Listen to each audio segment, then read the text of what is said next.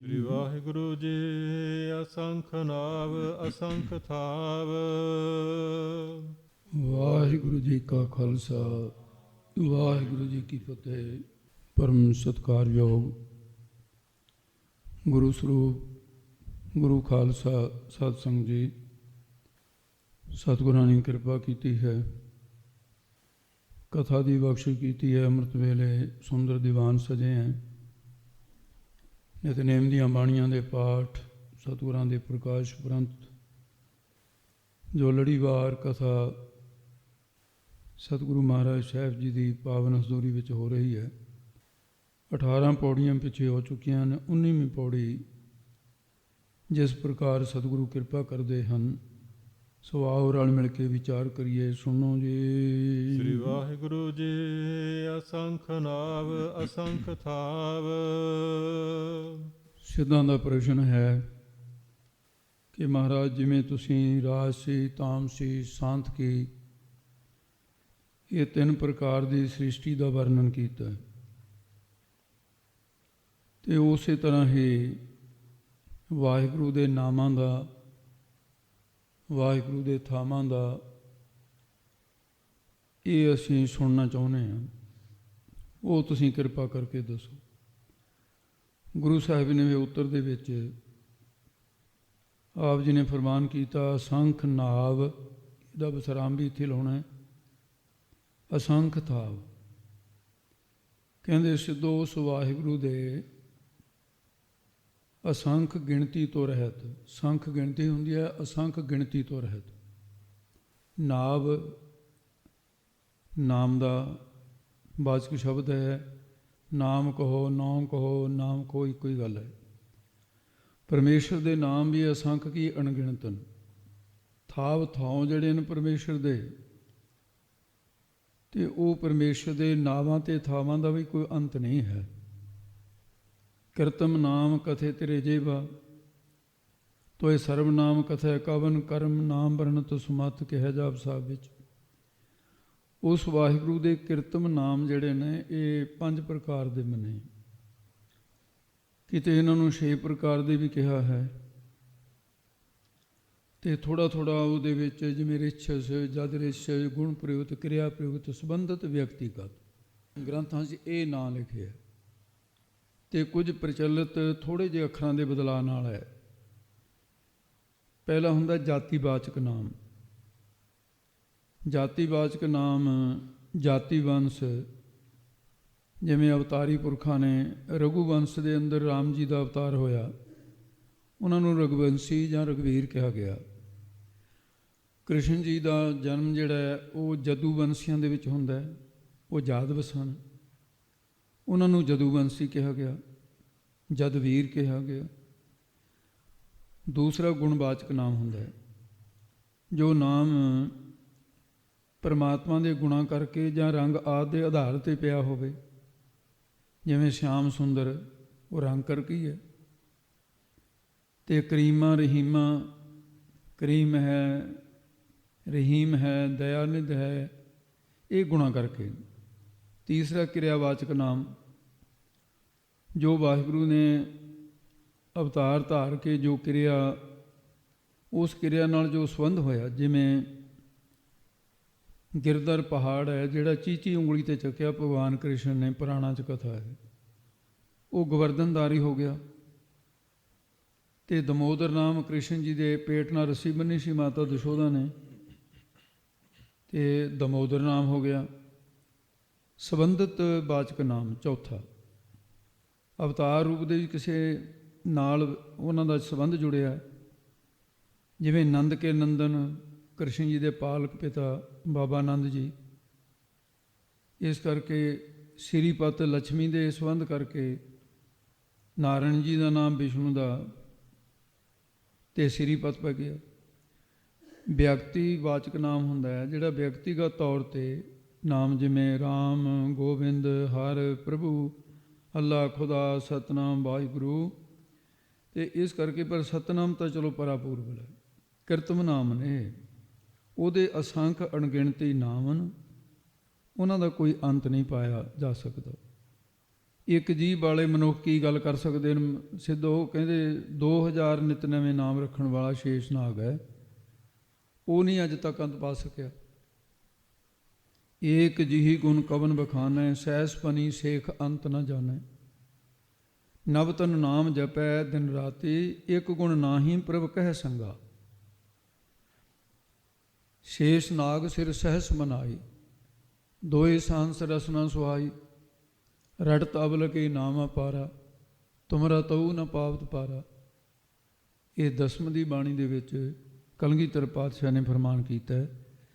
ਸੋ ਇਸ ਕਰਕੇ ਸਹੰਸਰਨਾਮੇ ਦੇ ਵਿੱਚ ਪਰਮੇਸ਼ਰ ਦੇ ਬਹੁਤ ਸਾਰੇ ਨਾਮ ਗੁਰੂ ਗ੍ਰੰਥ ਸਾਹਿਬ 'ਚ ਲਿਖੇ, ਜਿਵੇਂ ਅਚੁੱਤ, ਪਰਮੇਸ਼ਰ, ਅੰਤਰਜਾਮੀ, ਦਾਮੋਦਰ, ਮਧੂਸੂਦਨ, ਰਿਖੀਕੇਸ਼, ਗੋਵਰਧਨਧਾਰੀ, ਧਰਣੀ ਧਰ ਈਸ, ਬਨਵਾਰੀ, ਚੱਕਰਪਾਣ ਆਦਿ।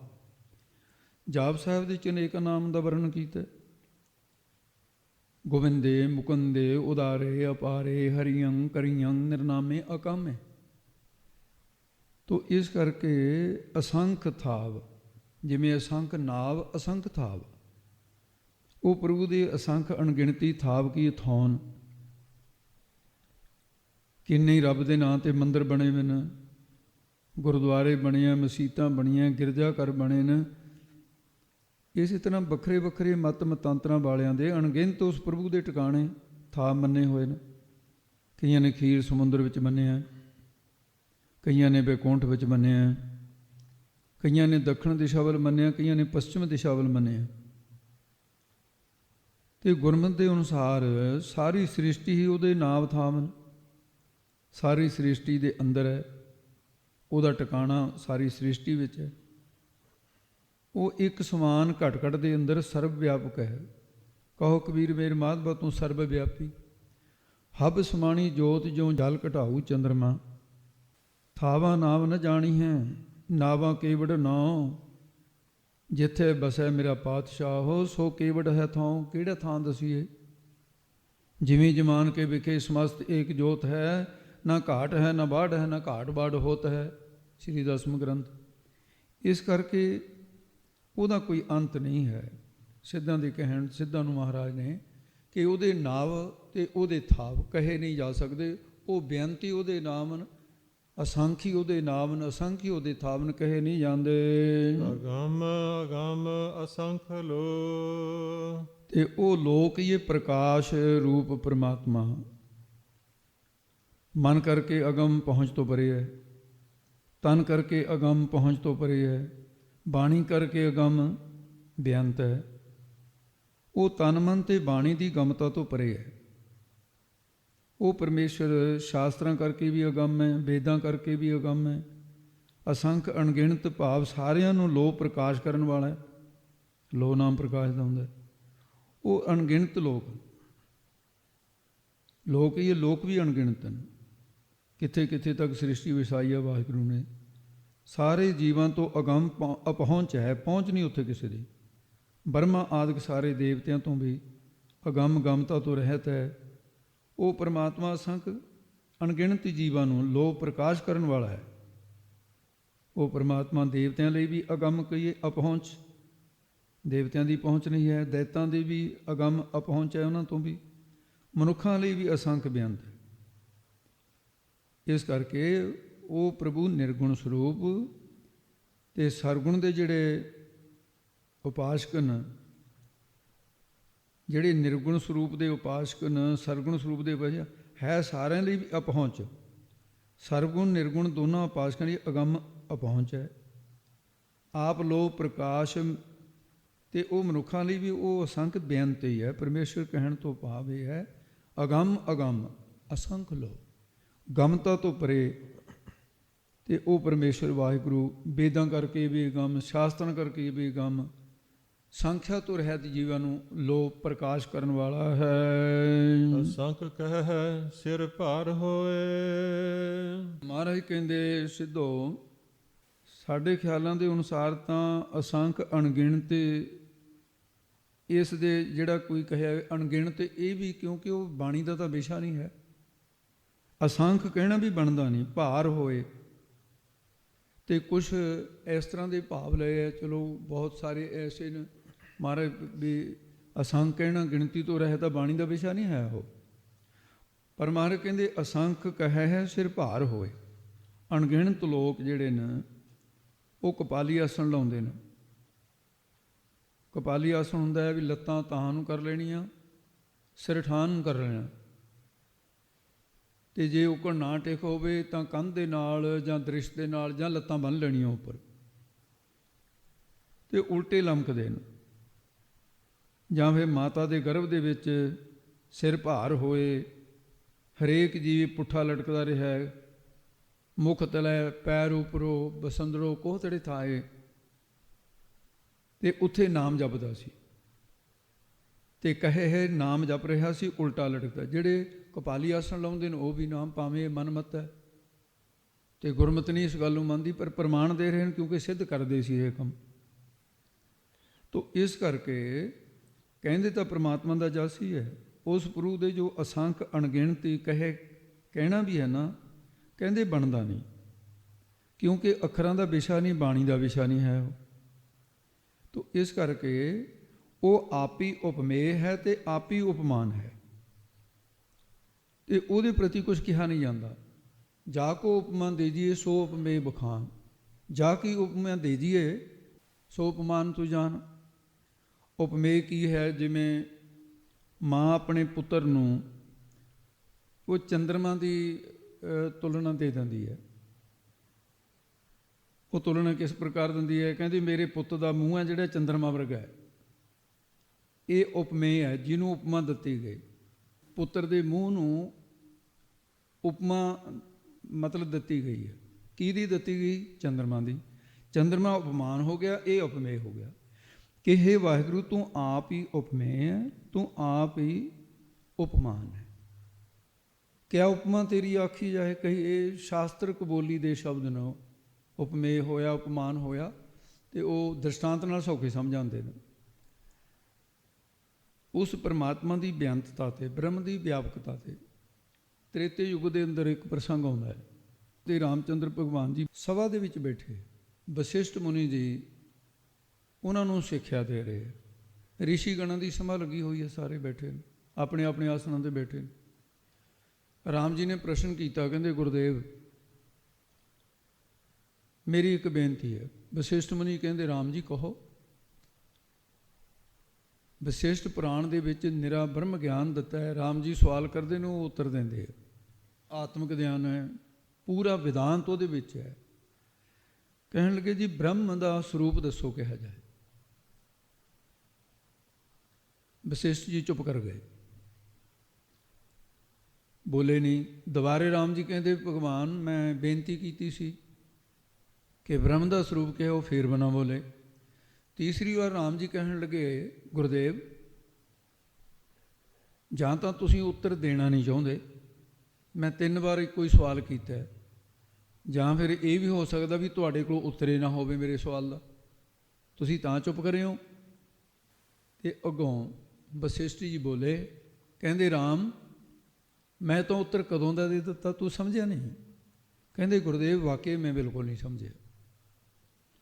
ਕਹਿੰਦੇ ਬ੍ਰਹਮ ਦੀ ਵਿਆਖਿਆ ਨਹੀਂ ਹੈ, ਤੂੰ ਪ੍ਰਸ਼ਨ ਕੀਤਾ ਮੈਂ ਕੀ ਕੀਤਾ? ਕਹਿੰਦੇ ਤੁਸੀਂ ਚੁੱਪ ਕਰ ਗਏ। ਕਹਿੰਦੇ ਬ੍ਰਹਮ ਦੀ ਵਿਆਖਿਆ ਹੀ ਚੁੱਪ ਹੈ, ਉੱਥੇ ਸ਼ਬਦ ਹੈ ਨਹੀਂ ਕੋਈ। ਪਰਮਾਤਮਾ ਦੀ ਅਸਲ ਵਿਆਖਿਆ ਕੀ ਹੈ? ਚੁੱਪ, ਵਿਸਮਾਦ, ਅਗੰਮ, ਜਿੱਥੇ ਕੋਈ ਸ਼ਬਦ ਹੀ ਨਹੀਂ ਹੈ। ਵਿਸਮਾਦ ਨਾਦ, ਵਿਸਮਾਦ ਵੇਦ, ਵਿਸਮਾਦ ਜੀ, ਵਿਸਮਾਦ, ਉੱਥੇ ਅਸਚਰਜ ਹੀ ਅਸਚਰਜ ਹੈ ਸਾਰਾ ਕੁਝ। ਉਹ ਆਪ ਵਾਹੇ ਨਾਮ ਅਸਚਰਜ ਦਾ ਹੈ, ਉਹ ਆਪ ਹੀ ਅਸਚਰਜ ਰੂਪ ਹੈ। ਵਾਹਿਗੁਰੂ ਦਾ ਅਰਥ ਹੋਰ ਕੀ ਹੈ? ਵਾਹੇ ਨਾਮ ਅਚਰਜ ਕੋ ਹੋਈ। ਤੋ ਇਸ ਕਰਕੇ ਉਹ ਪਰਮੇਸ਼ਰ ਬੇਅੰਤ ਹੈ ਤੇ ਉਹਨੂੰ ਅੱਖਰਾਂ ਦਾ ਵਿਸ਼ਾ ਨਹੀਂ ਕੋਈ ਬਣਾ ਸਕਦਾ। ਸਿੱਧੋ ਅਖਰੀ ਨਾਮ ਅਖਰੀ ਸਾਲਾ। ਤੇ ਫਿਰ ਹਾਂ ਕੁਛ ਵਿਆਖਿਆ ਵੀ ਅੱਖਰਾਂ ਦੁਆਰਾ ਉਸ ਪ੍ਰਭੂ ਦਾ ਨਾਮ ਜਪਿਆ ਜਾਂਦਾ ਹੈ। ਨਾਮ ਜਪਣ ਵਾਸਤੇ ਅੱਖਰ ਚਾਹੀਦੇ ਨੇ। ਅੱਖਰਾਂ ਦੁਆਰਾ ਉਸ ਪ੍ਰਭੂ ਦੀ ਸਲਾਹ ਕੀ ਸਿਫਤ ਸਲਾਹੁਣਾ ਵਡਿਆਈ ਕੀਤੀ ਜਾਂਦੀ ਹੈ। ਅੱਖਰ ਨਾਮ ਕਰਮ ਦਾ ਵੀ ਹੈ ਤੇ ਸ੍ਰੇਸ਼ਟ ਅੱਖਰੀ ਕਰਮਾਂ ਕਰਕੇ ਪਰਮੇਸ਼ਰ ਦਾ ਨਾਮ ਜਪਿਆ ਜਾਂਦਾ ਹੈ। ਕਰਮਾਂ ਦੇ ਅਨੁਸਾਰ ਹੀ ਪ੍ਰਭੂ ਦੀ ਸਲਾਹ ਸਿਫਤ ਸਲਾਹੁਣਾ ਕੀਤੀ ਜਾਂਦੀ ਹੈ, ਕਰਨੀ ਬਣਦੀ ਹੈ ਜੀ। ਅਖਰੀ ਗਿਆਨ ਗੀਤ ਗੁਣ ਗਾਹ। ਤੇ ਅੱਖਰਾਂ ਕਰਕੇ ਉਸ ਪ੍ਰਭੂ ਦਾ ਗਿਆਨ ਪ੍ਰਾਪਤ ਹੁੰਦਾ ਹੈ। ਕਰਮਾਂ ਅਨੁਸਾਰ ਉਸ ਪ੍ਰਭੂ ਦੇ ਗੀਤ, ਕਰਮਾਂ ਅਨੁਸਾਰ ਹੀ ਪ੍ਰਭੂ ਦੇ ਗੀਤ ਗਿਆਨ ਪ੍ਰਾਪਤ ਹੁੰਦਾ, ਇਹ ਵੀ ਕਰਮਾਂ ਅਨੁਸਾਰ ਹੈ। ਉਹਦਾ ਜਸ ਕੀਰਤਨ, ਇਹ ਵੀ ਉਹਦੀ ਕਿਰਪਾ ਹੀ ਹੈ, ਕਰਮਾਂ ਦੇ ਅਨੁਸਾਰ ਹੈ। ਗੁਣ ਗਾਏ ਜਾਂਦੇ ਨੇ, ਗੁਣਾਂ ਦਾ ਗਾਹ ਸਥਾਨ ਬਣ ਜਾਈਦਾ ਹੈ। ਗੁਣ ਵਿਸ਼ਿਆਂ ਨੂੰ ਗਾਹ ਨਸ਼ਟ ਕਰਤੇ, ਭਾਵ ਖਤਮ ਕਰ ਦੇਈਦਾ ਹੈ। ਗੁਣਾਂ ਦੇ ਗਾਹ ਵਿਚਾਰਨ ਵਾਲੇ ਹੋ ਜਾਈਦਾ ਹੈ। ਅਖਰੀ ਲਿਖਣ ਬੋਲਣ ਬਾਣ। ਅੱਖਰਾਂ ਦੁਆਰਾ ਹੀ ਬਾਣੀ ਦਾ ਲਿਖਣਾ ਅਤੇ ਬੋਲਣਾ। ਕਈਆਂ ਦੇ ਚੰਗੇ ਲਿਖਾਰੀ ਬਣਨ ਦੀ ਇੱਛਾ ਹੁੰਦੀ ਹੈ, ਪਰ ਉਹ ਬਣ ਨਹੀਂ ਸਕਦੇ, ਕਿਉਂਕਿ ਕਰਮਾਂ ਅਨੁਸਾਰ ਹੈ ਲਿਖਣਾ ਵੀ, ਲਿਖਣਾ ਹੀ ਨਹੀਂ ਆਉਂਦਾ। ਤੇ ਅੱਖਰਾਂ ਅਨੁਸਾਰ ਭਾਵ ਕਰਮਾਂ ਅਨੁਸਾਰ ਬਾਣੀ ਦਾ ਲਿਖਣਾ ਤੇ ਬੋਲਣਾ ਹੁੰਦਾ ਹੈ। ਬਿਨਾਂ ਕਰਮਾਂ ਤੋਂ ਬਾਣੀ ਦਾ ਲਿਖਣਾ ਤੇ ਪੜ੍ਹਨਾ, ਇਹਦਾ ਬੋਧ ਨਹੀਂ ਹੁੰਦਾ ਹੈ। ਇਹ ਸੁਣ ਕੇ ਸਿੱਧਾ ਨੇ ਪੁੱਛਿਆ ਵੀ ਮਹਾਰਾਜ ਆਪ ਕਿਹੜੇ ਅੱਖਰਾਂ ਬਾਰੇ ਕਹਿੰਦੇ ਹੋ? ਤੇ ਸਾਨੂੰ ਕੋਈ ਪੂਰੀ ਗੱਲ ਸਮਝ ਨਹੀਂ ਆਈ, ਆਪ ਕਿਰਪਾ ਕਰਕੇ ਇਹਨੂੰ ਹੋਰ ਖੋਲ ਕੇ ਦੱਸੋ ਜੀ। ਅਖਰਾ ਸਿਰ ਸੰਜੋਗ ਵਖਾਣ। ਮਹਾਰਾਜ ਕਹਿੰਦੇ ਸਿੱਧੋ, ਅਸੀਂ ਉਹ ਕਰਮਾਂ ਦੇ ਅੱਖਰਾਂ ਦੀ ਗੱਲ ਤਾਂ ਕਰ ਰਹੇ ਹਾਂ ਤੁਹਾਡੇ ਨਾਲ, ਵੀ ਉਹ ਪਰਮੇਸ਼ਰ ਵਾਹਿਗੁਰੂ ਕਰਮਾਂ ਦਾ ਵਖਾਣ ਇਹ ਕਥਨ ਕੀਤਾ ਹੈ ਅਸੀਂ, ਜਿਨ੍ਹਾਂ ਦੇ ਸਿਰ ਮਸਤਕ ਦੇ ਨਾਲ ਸੰਜੋਗ ਮਿਲਾਪ ਹੈ, ਭਾਵ ਪ੍ਰਲਬਧ ਰੂਪੀ ਅੱਖਰ ਸਾਰੇ ਜੀਵਾਂ ਦੇ ਮਸਤਕ ਦੇ ਉੱਤੇ ਲਿਖੇ ਹੋਏ ਨੇ, ਕਦੇ ਵੀ ਬਿਨਾਂ ਭੋਗੇ ਮਿਟਦੇ ਨਹੀਂ ਹਨ। ਜੈਸੀ ਕਲਮ ਬੁੜੀ ਹੈ ਮਸਤਕ, ਤੈਸੀ ਜੀੜੈ ਪਾਸ। ਕਰੀ ਲੋਹ ਕਰਮੰ ਲਿਖਿਓ ਲੇਖ ਮਾਥੰ। ਗੁਰੂ ਗੋਬਿੰਦ ਸਿੰਘ ਸਾਹਿਬ। ਹੱਥ ਕਲਮ ਅਗਮ ਮਸਤਕ ਲਿਖਾਵਤੀ, ਇਹ ਲਿਖੇ ਹੋਏ ਹਨ। ਜਿਨੇਹ ਲਿਖੇ ਤਿਸ ਸਰਨਾਹੇ। ਸਿੱਧਾ ਨੇ ਪ੍ਰਸ਼ਨ ਕੀਤਾ, ਇਹ ਅੱਖਰ ਉਸ ਪ੍ਰਭੂ ਨੇ ਜੀ ਕਿਸ ਤਰ੍ਹਾਂ ਲਿਖੇ ਨੇ ਸਿਰਾਂ ਦੇ ਉੱਪਰ, ਕੀ ਤੋਂ ਲਿਖਾਏ ਨੇ? ਮਾਰੇ ਕਹਿੰਦੇ ਬਰਮਾ ਤੋਂ ਲਿਖਾਏ ਨੇ। ਬਰਮਾ ਵਿਧਾਤਾ ਲੇਖ ਲਿਖਦਾ ਹੈ। ਤੇ ਮਹਾਰਾਜ ਸਾਹਿਬ ਜੀ ਕਹਿੰਦੇ ਸਾਰਿਆਂ ਜੀਵਾਂ ਦੇ ਪਰਮਾਤਮਾ ਦੇ ਹੁਕਮ ਵਿੱਚ ਬਰਮਾ ਨੇ ਲੇਖ ਲਿਖੇ। ਜਿਨ ਇਹ ਲਿਖੇ ਯਾਨੀ ਬਰਮਾ ਨੇ, ਤਿਸ ਸਿਰ, ਉਹਦੇ ਸਿਰ ਦੇ ਉੱਤੇ ਨਾਹੇ ਨਾਮ ਮਾਲਕ ਦਾ ਹੁੰਦਾ ਹੈ, ਉਹਦੇ ਸਿਰ ਦੇ ਉੱਤੇ ਮਾਲਕ ਹੋਰ ਬੈਠਾ ਹੈ। ਕਹਿੰਦੇ ਜੀ ਫਿਰ ਉਹ ਜਿਹੜਾ ਮਾਲਕ ਹੈ ਉਹਦੇ ਸਿਰ ਤੇ, ਕਹਿੰਦੇ ਸਿੱਧ ਪੁਰਸ਼ੋ, ਜਿਸ ਪ੍ਰਭੂ ਦੇ ਹੁਕਮ ਦੇ ਵਿੱਚ ਉਹਨੇ ਬਰਮਾ ਦੇ ਮੱਥੇ ਤੇ ਵੀ ਲੇਖ ਲਿਖੇ ਆਪਣੀ ਹੁਕਮ ਰੂਪੀ ਕਲਮ ਨਾਲ, ਇਹਨੇ ਕਿੰਨਾ ਚਿਰ ਜਿਉਂਦਾ ਰਹਿਣਾ ਹੈ। ਇੰਦਰ ਦੇ ਲੇਖ ਵੀ ਉਹ ਲਿਖਦਾ ਹੈ, ਬਰਮਾ ਦੇ ਵੀ, ਸ਼ਿਵ ਜੀ ਦੇ ਵੀ, ਵਿਸ਼ਨੂੰ ਦੇ ਵੀ, ਕਿੰਨਾ ਚਿਰ ਇਹਨਾਂ ਦੀ ਉਮਰ ਭੋਗਣੀ ਹੈ। ਜਿਨ ਇਹ ਲਿਖੇ ਤਿਸ ਸਿਰ ਨਾਹੇ, ਉਹ ਪਰਮੇਸ਼ਰ ਵਾਹਿਗੁਰੂ ਜਿਹੜਾ ਨਾ, ਉਹਦੇ ਸਿਰ ਦੇ ਉੱਪਰ ਕੋਈ ਲੇਖ ਨਹੀਂ ਕਿਸੇ ਦਾ ਲਿਖਿਆ ਹੋਇਆ। ਆਪ ਅਲੇਖ ਕੁਦਰਤ ਕਰ ਦੇਖੈ, ਹੁਕਮ ਚਲਾਏ ਸੋਈ ਜੀਓ। ਅਲੇਖ ਹੈ ਅਪੇਖ ਹੈ। ਫਿਰ ਸਿੱਧਾ ਨੇ ਪ੍ਰਸ਼ਨ ਕੀਤਾ, ਉਹ ਵਿਧਾਤਾ ਪ੍ਰਭੂ ਇਹ ਕਰਮ ਫਿਰ ਕਿਵੇਂ ਲਿਖਦਾ? ਜਿਵੇਂ ਬਰਮਾ ਦੇ ਤੁਸੀਂ ਕਹਿੰਦੇ ਵੀ ਲਿਖਦੇ, ਚਲੋ ਬਰਮਾ ਨੇ ਤਾਂ ਮੰਨ ਲਿਆ ਵੀ ਅੱਗੇ ਲਿਖੇ, ਉਹ ਕਿਵੇਂ ਲਿਖਦਾ? ਤੇ ਉੱਤਰ ਵਿੱਚ ਫਰਮਾਉਂਦੇ ਹਨ, ਜਿਵ ਫਰਮਾਏ ਤਿਵ ਤਿਵ ਪਾਹੇ। ਕਹਿੰਦੇ ਸਿੱਧੋ, ਤੁਸੀਂ ਜਿਹੜਾ ਵੀ ਇਹ ਕਰਮ ਬਾਰੇ ਕਹਿੰਦੇ ਆ, ਜਿਵੇਂ ਜਿਵੇਂ ਵਾਹਿਗੁਰੂ ਫਰਮਾਏ ਫਰਮਾਉਂਦਾ ਹੈ, ਤਿਵੇਂ ਤਿਵੇਂ ਜੀਵਾਂ ਦੇ ਮਸਤਕ ਦੇ ਉੱਤੇ ਪਾਹੇ ਪੈ ਜਾਂਦੇ ਨੇ। ਇਹ ਹੁਕਮ ਰੂਪੀ ਕਲਮ ਹੈ, ਉਹ ਜੂਨਾਂ ਦੇ ਵਿੱਚ ਪਾਹੇ ਪਾਏ ਜਾਂਦੇ ਨੇ। ਕਹਿੰਦੇ ਜੀ ਇਹ ਫਿਰ ਜੀਵ ਜਿਹੜੇ ਰੱਬ ਨੇ ਇਹਨੇ ਪੈਦਾ ਕਰਤੇ, ਇਹਦੀ ਕੀ ਲੋੜ ਸੀ? ਇਹ ਜੀਵ ਕਾਹਦੇ ਲਈ ਪੈਦਾ ਕਰਤੇ? ਪ੍ਰਸ਼ਨ ਕਈ ਬੱਚਿਆਂ ਵਾਲੇ ਨੇ ਸਿੱਧਾਂ ਦੇ, ਕਿਉਂ ਕੀਤੇ ਨੇ? ਗੁਰੂ ਨਾਨਕ ਸਾਹਿਬ ਇਹ ਕਿਰਪਾ ਕਰ ਰਹੇ, ਉਹਨਾਂ ਨੂੰ ਪਤਾ ਹੈ ਵੀ ਆਉਣ ਵਾਲੇ ਸਮੇਂ 'ਚ ਇਹਨਾਂ ਪ੍ਰਸ਼ਨਾਂ ਦੀ ਵੀ ਲੋੜ ਪੈਣੀ ਹੈ। ਉਹਦਾ ਉੱਤਰ ਦੁਆਰੇ ਜੇਤਾ ਕੀਤਾ ਤੇਤਾ ਨਾਉ। ਮਹਾਰਾਜ ਕਹਿੰਦੇ ਜੇਤਾ ਜਿੰਨਾ ਵੀ ਸੰਸਾਰ ਉਸ ਪ੍ਰਭੂ ਨੇ ਪੈਦਾ ਕੀਤਾ ਹੈ, ਤੇਤਾ ਕਹੀਏ ਉਤਨਾ ਹੀ ਸਾਰਾ ਹੀ ਆਪਣਾ ਨਾਮ ਜਪਣ ਵਾਸਤੇ ਹੀ ਪੈਦਾ ਕੀਤਾ। ਜੈਸੇ ਕਿ ਆਇਓ ਸੁਨਨ ਪੜਨ ਕੋ ਬਾਣੀ। ਆਉਣਾ ਹੋਰ ਕੀ ਹੈ? ਇਹ ਤਾਂ ਮਨੁੱਖਾ ਸਰੀਰ 'ਚ ਹੋਰ ਕੋਈ ਮਕਸਦ ਹੀ ਨਹੀਂ ਆਉਣ ਦਾ, ਨਾਮ ਜਪਣ ਵਾਸਤੇ ਹੈ। ਵਿਣ ਨਾਵੇ ਨਾਹੀ ਕੋ ਥਾਉ। ਉਸ ਪ੍ਰਭੂ ਦੇ ਨਾਵੇ ਨਾਮ ਜਪਣ ਤੋਂ ਬਿਨਾ ਕਿਸੇ ਨੂੰ ਵੀ ਉਹਦੀ ਦਰਗਾਹ ਦੇ ਵਿੱਚ ਕੋਈ ਥਾਂ ਟਿਕਾਣਾ ਨਹੀਂ ਮਿਲਦਾ ਹੈ। ਸੱਚਖੰਡ ਵਿੱਚ, ਸਰੂਪ ਵਿੱਚ ਕੋਈ ਥਾਂ ਨਹੀਂ ਮਿਲਦੀ। ਕਹਿੰਦੇ ਮਹਾਰਾਜ ਉਸ ਪਰਮੇਸ਼ਰ ਦੀ ਸ਼ਕਤੀ ਦਾ ਥੋੜ੍ਹਾ ਜਿਹਾ ਨਿਰਣਾ ਕਰਕੇ ਦੱਸ ਦਿਓ। ਮੁੜ ਘਿੜ ਕੇ ਕਈ ਉਹੀ ਪ੍ਰਸ਼ਨ ਕਰੀ ਜਾਂਦੇ ਆ। ਮਹਾਰਾਜ ਸਵੇ ਕਹਿੰਦੇ ਨੇ ਕੁਦਰਤ ਕਵਣ ਕਹਾ ਵਿਚਾਰ। ਮਹਾਰਾਜ ਕਹਿੰਦੇ ਕੁਦਰਤ ਕਵਣ ਕਹਾ ਵਿਚਾਰ। ਸਿੱਧੋ ਉਸ ਵਾਹਿਗੁਰੂ ਦੀ ਕੁਦਰਤ ਦਾ ਨਾਮ ਹੈ ਸ਼ਕਤੀ ਦਾ।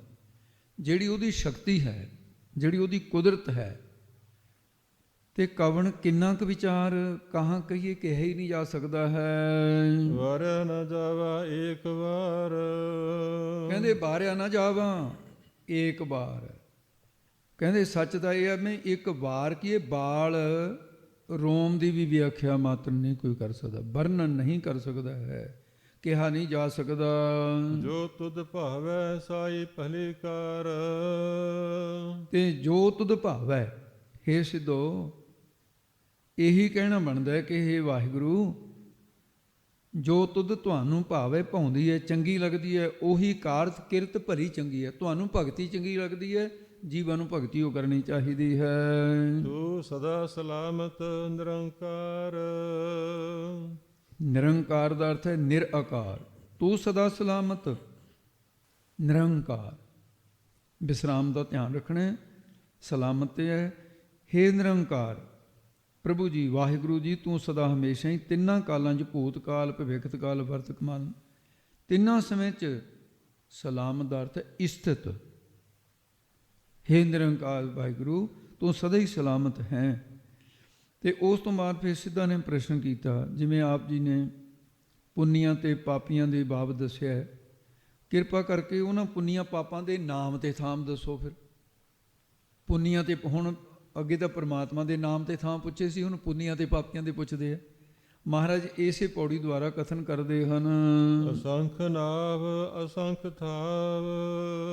ਇਹ ਸਿੱਧੋ ਅਸੰਖ ਅਣਗਿਣਤ ਹੀ, ਜਿਨ੍ਹਾਂ ਦੀ ਗਿਣਤੀ ਨਹੀਂ ਹੋ ਸਕਦੀ, ਗਿਣਤੀ ਤੋਂ ਰਹਿਤ ਪੁੰਨੀਆਂ ਤੇ ਪਾਪੀਆਂ ਦੇ ਨਾਮ ਅਤੇ ਅਣਗਿਣਤੀ ਉਹਨਾਂ ਦੇ ਥਾਂ ਟਿਕਾਣੇ।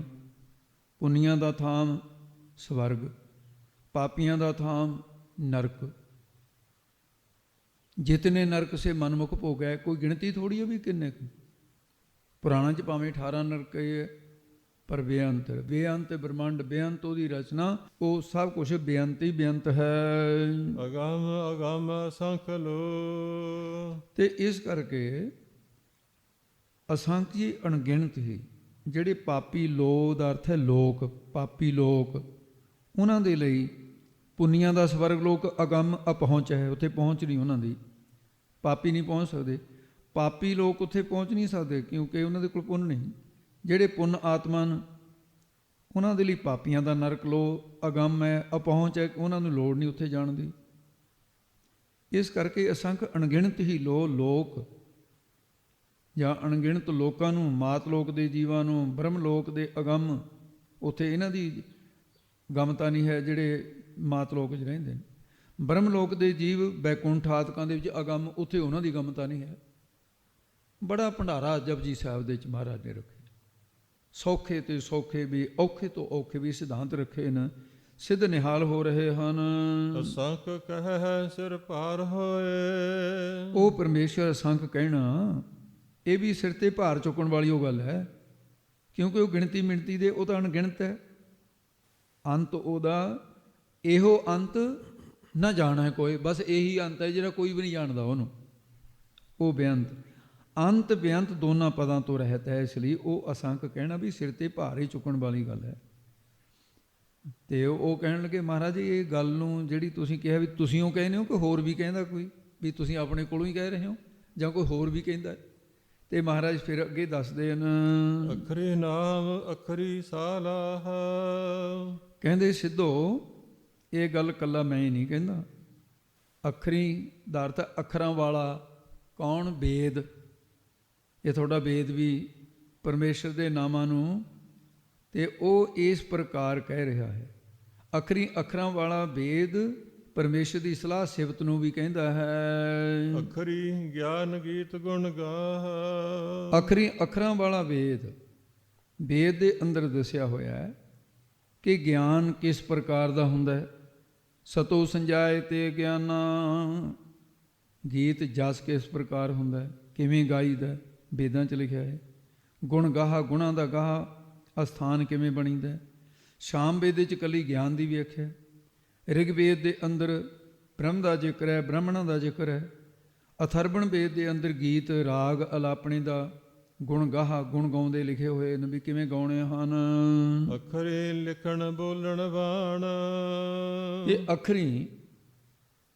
ਅੱਖਰਾਂ ਦੁਆਰਾ ਹੀ ਵੇਦ ਵਿੱਚ ਲਿਖਣ ਦਾ, ਬਾਣ ਬਾਣੀ ਦੇ ਬੋਲਣ ਦਾ ਤਰੀਕਾ ਆਦਿ ਇਹ ਢੰਗ ਦੱਸੇ ਹੋਏ ਹਨ। ਅੱਖਰਾ ਸਿਰ ਸੰਜੋਗ ਵਖਾਣ। ਜੋ ਅੱਖਰਾਂ ਵਾਲੇ ਵੇਦ ਦਾ ਸਿਰ ਸ਼੍ਰੋਮਣੀ, ਉਹ ਕੀ ਹੈ? ਓਅੰਕਾਰ ਮੰਤਰ। ਉਹਦੇ ਬਖਾਣ ਉਚਾਰਨ ਕਰਨ ਨਾਲ ਬਿਰਤੀ ਦਾ ਸੰਜੋਗ, ਕਹੀਏ ਸੰਬੰਧ ਜੁੜ ਜਾਂਦਾ ਹੈ। ਸੰਜੋਗ ਬਖਾਣ ਕਹਿਣ ਦੇ ਨਾਲ, ਨਾਮ ਜਪਣ ਦੇ ਨਾਲ। ਤੇ ਫਿਰ ਕੀਤਾ ਉਹਨਾਂ ਨੇ ਪ੍ਰਸ਼ਨ ਸਤਿਗੁਰੂ ਜੀ ਕਿ ਓਅੰਕਾਰ ਪਰਮੇਸ਼ਰ ਦਾ ਵੀ ਕੋਈ ਸ਼੍ਰੋਮਣੀ ਹੈ? ਉਹ ਵਿੱਚੋਂ ਹੀ ਪ੍ਰਸ਼ਨ ਬਣਾ ਲੈਂਦੇ ਨੇ ਵਿਆਖਿਆ ਦੇ। ਮਹਾਰਾਜ ਸਾਹਿਬ ਕਹਿੰਦੇ ਇਹਦਾ ਉੱਤਰ ਦੇ ਰਹੇ ਹਨ। ਜਿਨੇ ਇਹ ਲਿਖੇ ਤਿਸ ਸਰਨਾ ਹੈ। ਹੇ ਸਿੱਧੋ, ਜਿਸ ਪਰਮੇਸ਼ਰ ਨੇ ਇਸ ਓਅੰਕਾਰ ਮੰਤਰ ਦੇ ਅੱਖਰ ਲਿਖੇ ਨੇ ਤੇ ਉਸ ਦੇ ਇਹ ਵੇਦ ਸਿਰ ਸ਼੍ਰੋਮਣੀ ਨਹੀਂ ਹਨ। ਵੇਦ ਨਹੀਂ ਸ਼੍ਰੋਮਣੀ, ਓਅੰਕਾਰ ਸ਼੍ਰੋਮਣੀ। ਬਲਕਿ ਇੱਕ ਓਅੰਕਾਰ ਜਿਹੜਾ ਪਰਮੇਸ਼ਰ ਦਾ ਵੇਦਾਂ ਦਾ ਸਿਰ ਸ਼੍ਰੋਮਣੀ ਹੈ, ਉਹ ਪਰਮੇਸ਼ਰ ਦੀ ਦਾ ਇਹ ਬਾਅਦ ਵਿੱਚ ਉਚਾਰਿਆ ਹੋਇਆ ਹੈ। ਪਰਮਾਤਮਾ ਦੇ ਸਰੂਪ ਵਿੱਚ ਵੀ ਇਹ ਕਲਪਤ ਰੂਪ ਹੀ ਹੈ। ਉਹ ਬ੍ਰਹਮ ਇਸ ਦਾ ਵੀ ਆਦਿ ਰੂਪ ਹੈ। ਓਅੰਕਾਰ ਆਦ ਕਥਨੀ ਅਨਾਦ, ਭਾਵ ਅਨਾਦਿ ਪਰਮੇਸ਼ਰ ਨੇ। ਓਅੰਕਾਰ ਆਦ ਪਹਿਲੀ ਕਥਨੀ, ਪਰਮਾਤਮਾ ਦੀ ਪਹਿਲੀ ਕਥਨੀ। ਜੇ ਕੋਈ ਕਹੇ ਰੱਬ ਦੀ ਪਹਿਲੀ ਕਥਨੀ ਕੀ ਹੈ? ਜਿਵੇਂ ਗੁਰੂ ਨਾਨਕ ਸਾਹਿਬ ਦੀ ਪਹਿਲੀ ਕਥਨੀ ਕੀ ਹੈ? ਪਹਿਲਾ ਸ਼ਬਦ ਕੀ ਬੋਲਿਆ ਸੀ ਗੁਰੂ ਨਾਨਕ ਨੇ ਜਦੋਂ ਅਵਤਾਰ ਧਾਰਿਆ? ਬਾਬਾ ਕਲਿਆਣ ਚੰਦ ਜੀ ਦੇ ਘਰ ਮਾਤਾ ਤ੍ਰਿਪਤਾ ਦੀ ਕੁੱਖ ਤੋਂ 1.5 ਸਾਲ ਬੋਲੀ ਨਹੀਂ ਸੀ, ਕੋਈ ਸ਼ਬਦ ਨਹੀਂ ਸੀ ਕਿਹਾ। ਗੁਰੂ ਨਾਨਕ ਦੀ ਆਦ ਪਹਿਲੀ ਕਥਨੀ ਕੀ ਹੈ? ਸ਼ਬਦ। ਜਿਵੇਂ ਬੱਚਾ ਕਿਸੇ ਨੂੰ ਮਾਂ, ਬਾਪ, ਚਾਚਾ, ਤਾਇਆ ਜਾਂ ਗੁਆਂਢੀ ਦਾ ਜਾਂ ਕਿਸੇ ਵਸਤੂ ਦਾ ਨਾਮ ਲੈਂਦਾ ਹੈ, ਤੋਤਲੀ ਜ਼ਬਾਨ 'ਚ ਲੋਕ ਖੁਸ਼ ਹੋ ਜਾਂਦੇ। ਭੈਣ ਨਾਨਕੀ ਦੇ ਕਹਿਣ ਤੋਂ ਬੁਲਾਇਆ। 1.5 ਵਰ੍ਹੇ ਦੀ ਉਮਰ ਦੇ ਜਦੋਂ ਪਰਿਵਾਰ ਚਿੰਤਤ ਹੋਇਆ ਸੀ, ਗੁਰੂ ਸਾਹਿਬ ਦਾ ਆਦਿ ਸ਼ਬਦ ਕੀ? ਵਾਹਿਗੁਰੂ। ਇਹ ਗੁਰੂ ਨਾਨਕ ਦਾ ਆਦਿ ਸ਼ਬਦ ਹੈ। ਤੇ ਇਸੇ ਤਰ੍ਹਾਂ ਨਿਰਾਕਾਰ ਸਰੂਪ ਦੇ ਵਿੱਚ ਉਹੀ ਗੁਰੂ ਨਾਨਕ ਜਦੋਂ ਨਿਰਾਕਾਰ ਸਰੂਪ ਸੀ ਉਦੋਂ ਓਅੰਕਾਰ ਧੁਨ ਕਿਹਾ ਉਹਨੇ। ਇਹ ਈਸ਼ਵਰ ਦੀ ਪਹਿਲੀ ਰਚਨਾ, ਪਹਿਲਾ ਸ਼ਬਦ ਹੈ। ਪ੍ਰਥਮੇ ਓਅੰਕਾਰ ਤਿਨ ਕਹਾ, ਸੋ ਤਨ ਪੂਰ ਜਗਤ ਮੋ ਰਹਾ। ਤੋ ਇਸ ਕਰਕੇ ਇਹ ਸਾਰਿਆਂ ਦਾ ਸੁਰਮਣ ਹੈ। ਪ੍ਰਮਾਤਮਾ ਦੇ ਵਿੱਚ ਓਅੰਕਾਰ ਕਥਨੀ ਆਦਾਦ ਜਿਹੜੀ ਕਹੀ ਹੈ, ਅਨਾਦਿ ਤਾਂ ਪਰਮੇਸ਼ਰ ਹੀ ਹੈ। ਤੇ ਉਹ ਜਿਹੜਾ ਪਰਮੇਸ਼ਰ ਹੈ, ਜਿਵ ਫਰਮਾਏ ਤਿਵ ਤਿਵ ਪਾਹੇ। ਜਿਵੇਂ ਬ੍ਰਹਮਾ ਦੇ ਤਾਂ ਹੀ ਹੁਕਮ ਕਰਦਾ ਅਕਾਲ ਪੁਰਖ, ਹੁਕਮ ਦਿੰਦਾ। ਉਹ ਯੁੱਗਾਂ ਦੇ ਸੁਭਾਅ ਅਨੁਸਾਰ ਮਰਿਆਦਾ ਤੋਰਨ ਵਾਸਤੇ, ਲੋਕਾਂ ਦੇ ਪਰਚਣੇ ਵਾਸਤੇ ਤਿਵ ਤਿਵ ਉਵੇਂ ਉਵੇਂ ਉਸੇ ਤਰ੍ਹਾਂ ਕਰਮਕਾਂਡ ਲਿਖ ਕੇ ਵੇਦਾਂ ਦੇ ਅੰਦਰ ਉਹ ਪਾਉਣਾ ਕੀਤਾ ਉਸਨੇ। ਚਾਰੇ ਵੇਦਾਂ ਦੀ ਲੱਖ ਸੁਰਤੀ ਮੰਨੀ ਜਾਂਦੀ ਹੈ। 80,000 ਕਰਮਕਾਂਡ, 16,000 ਉਪਾਸ਼ਨਾ ਕਾਂਡ, 4,000 ਜਿਹੜਾ ਹੈ ਉਹ ਤਤਵ ਗਿਆਨ ਹੈ, ਬ੍ਰਹਮ ਗਿਆਨ, 1 ਲੱਖ ਸੁਰਤੀ। ਤੋ ਇਸ ਕਰਕੇ ਫਿਰ ਇਹ ਜਿਵ ਫਰਮਾਏ ਤਿਵ ਤੇ ਪਾਹੇ, ਵੇਦਾਂ ਦੇ ਅੰਦਰ ਉਹੀ ਕੁਛ। ਵੇਦਾਂ ਮੈਂ ਨਾਮ ਉੱਤਮ ਹੈ, ਤਾਂ ਨਾਮ ਹੀ ਉੱਤਮ ਸਾਰੇ, ਪਰ ਇਹ ਕਰਮਕਾਂਡ ਆਦਿ ਜਿਹੜੇ ਨੇ ਅੱਗੇ ਬ੍ਰਾਹਮਣਾਂ ਨੇ ਫਿਰ ਇਹਨੂੰ ਵਧਾ ਕੇ ਹੋਰ ਤਰ੍ਹਾਂ ਦੇ ਕਰ ਲਏ। ਵੇਦਾਂ 'ਚ ਆਪਣੀ ਮਰਜ਼ੀ ਨਾਲ ਬਹੁਤ ਕੁਛ ਲਿਖ ਲਿਆ। ਵੇਦ ਸੁੱਧ ਸੁਰੀਆਂ ਨੇ ਦਿੱਤੇ। ਬਹੁਤ ਸਾਰੇ ਰਿਸ਼ੀਆਂ ਦੇ ਨਾਂ ਲਿਖੇ ਹੋਏ ਨੇ ਵੀ ਆਹ ਮੰਤਰ ਫਲਾਣੇ ਰਿਸ਼ੀ ਦਾ ਹੈ। ਤੋ ਇਸ ਕਰਕੇ ਇੱਕ ਗੁਰੂ ਗ੍ਰੰਥ ਸਾਹਿਬ ਹੈ ਜਿਹੜਾ ਗੁਰੂ ਅਰਜਨ ਦੇਵ ਜੀ ਨੇ ਆਪਣੇ ਹੁੰਦਿਆਂ, ਜਿਹੜੇ ਪ੍ਰਮਾਣਿਤ ਭਗਤ ਸੀ, ਸੱਚਖੰਡ ਪਹੁੰਚੇ ਹੋਏ, ਉਹਨਾਂ ਦੀਆਂ ਸੂਖਮ ਰੂਹਾਂ ਦੇ ਭਾਵ ਲੈ ਕੇ ਆਪਣੀ ਰਸਨਾ ਦੁਆਰਾ ਉਚਾਰਨ ਕੀਤਾ। ਤੇ ਫਿਰ ਗੁਰੂ ਗੋਬਿੰਦ ਸਿੰਘ ਜੀ ਨੇ ਆਪਣੇ ਅਨੁਭਵ ਦੁਆਰਾ, ਹੁਣ ਜਦੋਂ ਗੁਰੂ ਗੋਬਿੰਦ ਸਿੰਘ ਜੀ ਨੇ ਆਪਣੀ ਰਸਨਾ ਤੋਂ ਅਨੁਭਵ ਦੁਆਰਾ ਉਚਾਰਨ ਕਰ ਦਿੱਤਾ, ਤਾਂ ਭਾਈ ਫਿਰ ਸਾਰੀ ਬਾਣੀ ਅੱਖਰ ਅੱਖਰ ਗੁਰੂ ਦੀ ਰਸਨਾ ਤੋਂ ਹੋਣ ਕਰਕੇ ਤੇ ਗੁਰੂ ਦੀ ਰਚਨਾ ਹੀ ਹੋ ਗਈ ਫਿਰ ਸਾਰੀ। ਤੋ ਇਸ ਕਰਕੇ ਸਤਿਗੁਰੂ ਮਹਾਰਾਜ ਸਾਹਿਬ ਜੀ ਨੇ ਇਹ ਪਰ ਜਿਵ ਫਰਮਾਏ ਤਿਵ ਤਿਵ ਪਾਹੇ, ਜਿਵੇਂ ਬ੍ਰਹਮਾ ਤਾਂ ਹੀ ਹੁਕਮ ਕਰਦਾ ਹੈ, ਉਹਨੇ ਸਾਰੇ ਲਿਖ ਦਿੱਤੇ। ਕਰਮ ਕਾਂਡ ਬਣਾ ਦਿੱਤੇ। ਇਹ ਵਾਹਿਗੁਰੂ ਦੇ ਹੁਕਮ ਤੋਂ ਬਾਹਰ ਜਾ ਕੇ ਬ੍ਰਹਮਾ ਕੁਝ ਨਹੀਂ ਕਰ ਸਕਦਾ ਹੈ। ਜੇਤਾ ਕੀਤਾ ਤੇਤਾ ਨਾਉ। ਜੇਤਾ ਦਾ ਅਰਥ ਹੈ ਜਿੰਨਾ। ਸਾਰਾ ਸੰਸਾਰ ਤੇਤਾ ਉਨਾ ਹੀ ਨਾਮ ਮਾਤਰ ਹੀ ਵੇਦ ਨੇ ਕਥਨ ਕੀਤਾ ਹੈ। ਤੋ ਇਸ ਕਰਕੇ ਇਹ ਪਰਮੇਸ਼ਰ ਵਾਹਿਗੁਰੂ ਅੰਤਰਜਾਮੀ ਸਾਰਾ ਸੰਸਾਰ ਉਹਨੇ ਪੈਦਾ ਕੀਤਾ ਹੈ। ਨਾਮ ਮੰਤਰ ਕਹਿਣ ਕਰਕੇ ਦਿਸਣ ਮਾਤਰ ਹੀ ਹੈ। ਮਿਰਗ ਤ੍ਰਿਸ਼ਨਾ ਦਾ ਜਲ ਹੀ ਹੈ। ਨਾਮ ਮਾਤਰ ਹੈ। ਨਾਮ ਤੇ ਰੂਪ ਮਾਇਆ ਦੀਆਂ ਅੰਸ਼ਾਂ ਨੇ ਜਿਹੜੀਆਂ ਦਿਖਦੀਆਂ ਨੇ।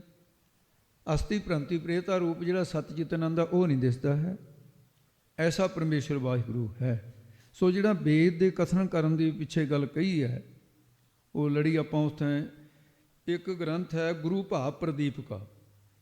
ਉੱਥੇ ਪੰਡਤ ਤਾਰਾ ਸਿੰਘ ਨੇ ਨਾ ਇਹੀ ਅਰਥ ਕੀਤਾ ਹੈ ਜਿਹੜਾ ਉੱਪਰ ਮਹਾਂਪੁਰਖਾਂ ਦਾ ਕੀਤਾ ਹੋਇਆ। ਉਹਦਾ ਨਾਂ ਲੈ ਕੇ ਦੱਸਿਆ ਹੈ ਇਸ ਪ੍ਰਕਾਰ ਦੇ।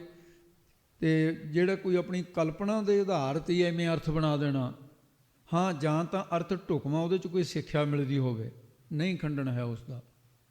ਉਹਦੇ ਵਿੱਚੋਂ ਕੋਈ ਤੱਤਵ ਗਿਆਨ ਕੱਢਿਆ ਜਾਏ, ਉਹ ਤਾਂ ਦੁੱਧ 'ਚੋਂ ਮੱਖਣ ਕੱਢਣ ਵਾਲੀ ਗੱਲ ਹੈ। ਗੁਰਬਾਣੀ ਦੁੱਧ ਰੂਪ ਹੈ। ਰਿੜ ਕੇ ਅਰਥਾਂ ਦਾ ਮੱਖਣ ਕੱਢਣਾ ਇਹ ਤਾਂ ਜੁਗਤੀਆਂ ਵਾਲੇ ਮਹਾਂਪੁਰਸ਼ ਜਾਣਦੇ ਆ।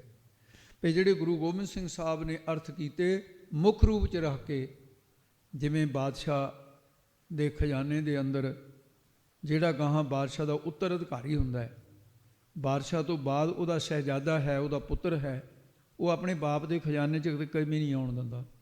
ਹੀਰੇ ਪੰਨੇ ਜਵਾਹਰਤ ਹੋਰ ਵਾਧਾ ਕਰਦਾ ਕਨਸੀ ਦਾ। ਇਸ ਤਰ੍ਹਾਂ ਇਹ ਭਗਤ ਭੰਡਾਰ ਗੁਰਬਾਣੀ ਲਾਲ ਗੁਰੂ ਗੋਬਿੰਦ ਸਿੰਘ ਸਾਹਿਬ ਦੇ ਅਰਥਾਂ ਦੇ ਵਿੱਚ ਉਹਨਾਂ ਦੇ ਲੈਕ ਪੁੱਤਰਾਂ ਨੇ, ਖਾਲਸੇ ਨੇ, ਬੜੇ ਬੜੇ ਬ੍ਰਹਮ ਗਿਆਨੀਆਂ ਨੇ ਆਪਣੇ ਅਨੁਭਵ ਦੁਆਰਾ ਹੋਰ ਅਰਥ ਜਿਹੜੇ ਸੀ ਉਹਨਾਂ ਨੂੰ ਹੋਰ ਸਪਰਸ਼ ਕੀਤਾ, ਖਜ਼ਾਨਾ ਵਧਾਇਆ। ਅੱਜ ਵਾਂਗੂ ਜਿਹੜੇ ਚੁੰਚ ਗਿਆਨੀ ਨੇ ਜਿਵੇਂ ਘਟਾਉਂਦੇ ਆ ਜੀ ਅਰਥ ਜੀ ਕਲਪਤ ਆ ਜੀ ਇੰਨੇ ਅਰਥ ਨਹੀਂ ਚਾਹੀਦੇ, ਉਹਦਾ ਕਾਰਨ ਹੈ। ਕਾਰਨ ਇਹ ਆ ਵੀ ਦਿਮਾਗ ਕੰਮ ਕਰਨ ਤੇ ਹਟ ਗਿਆ। ਦਿਮਾਗ 'ਚ ਤਾਂ ਤੂੜੀ ਭਰੀ ਹੋਈ ਹੈ।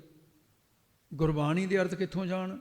ਪਹਿਲਾਂ ਤਾਂ ਤੂੜੀ ਕੱਢ ਕੇ ਦਿਮਾਗ ਖਾਲੀ ਕੀਤਾ ਜਾਏ ਤੇ ਫਿਰ ਤਾਂ ਕਿਤੇ।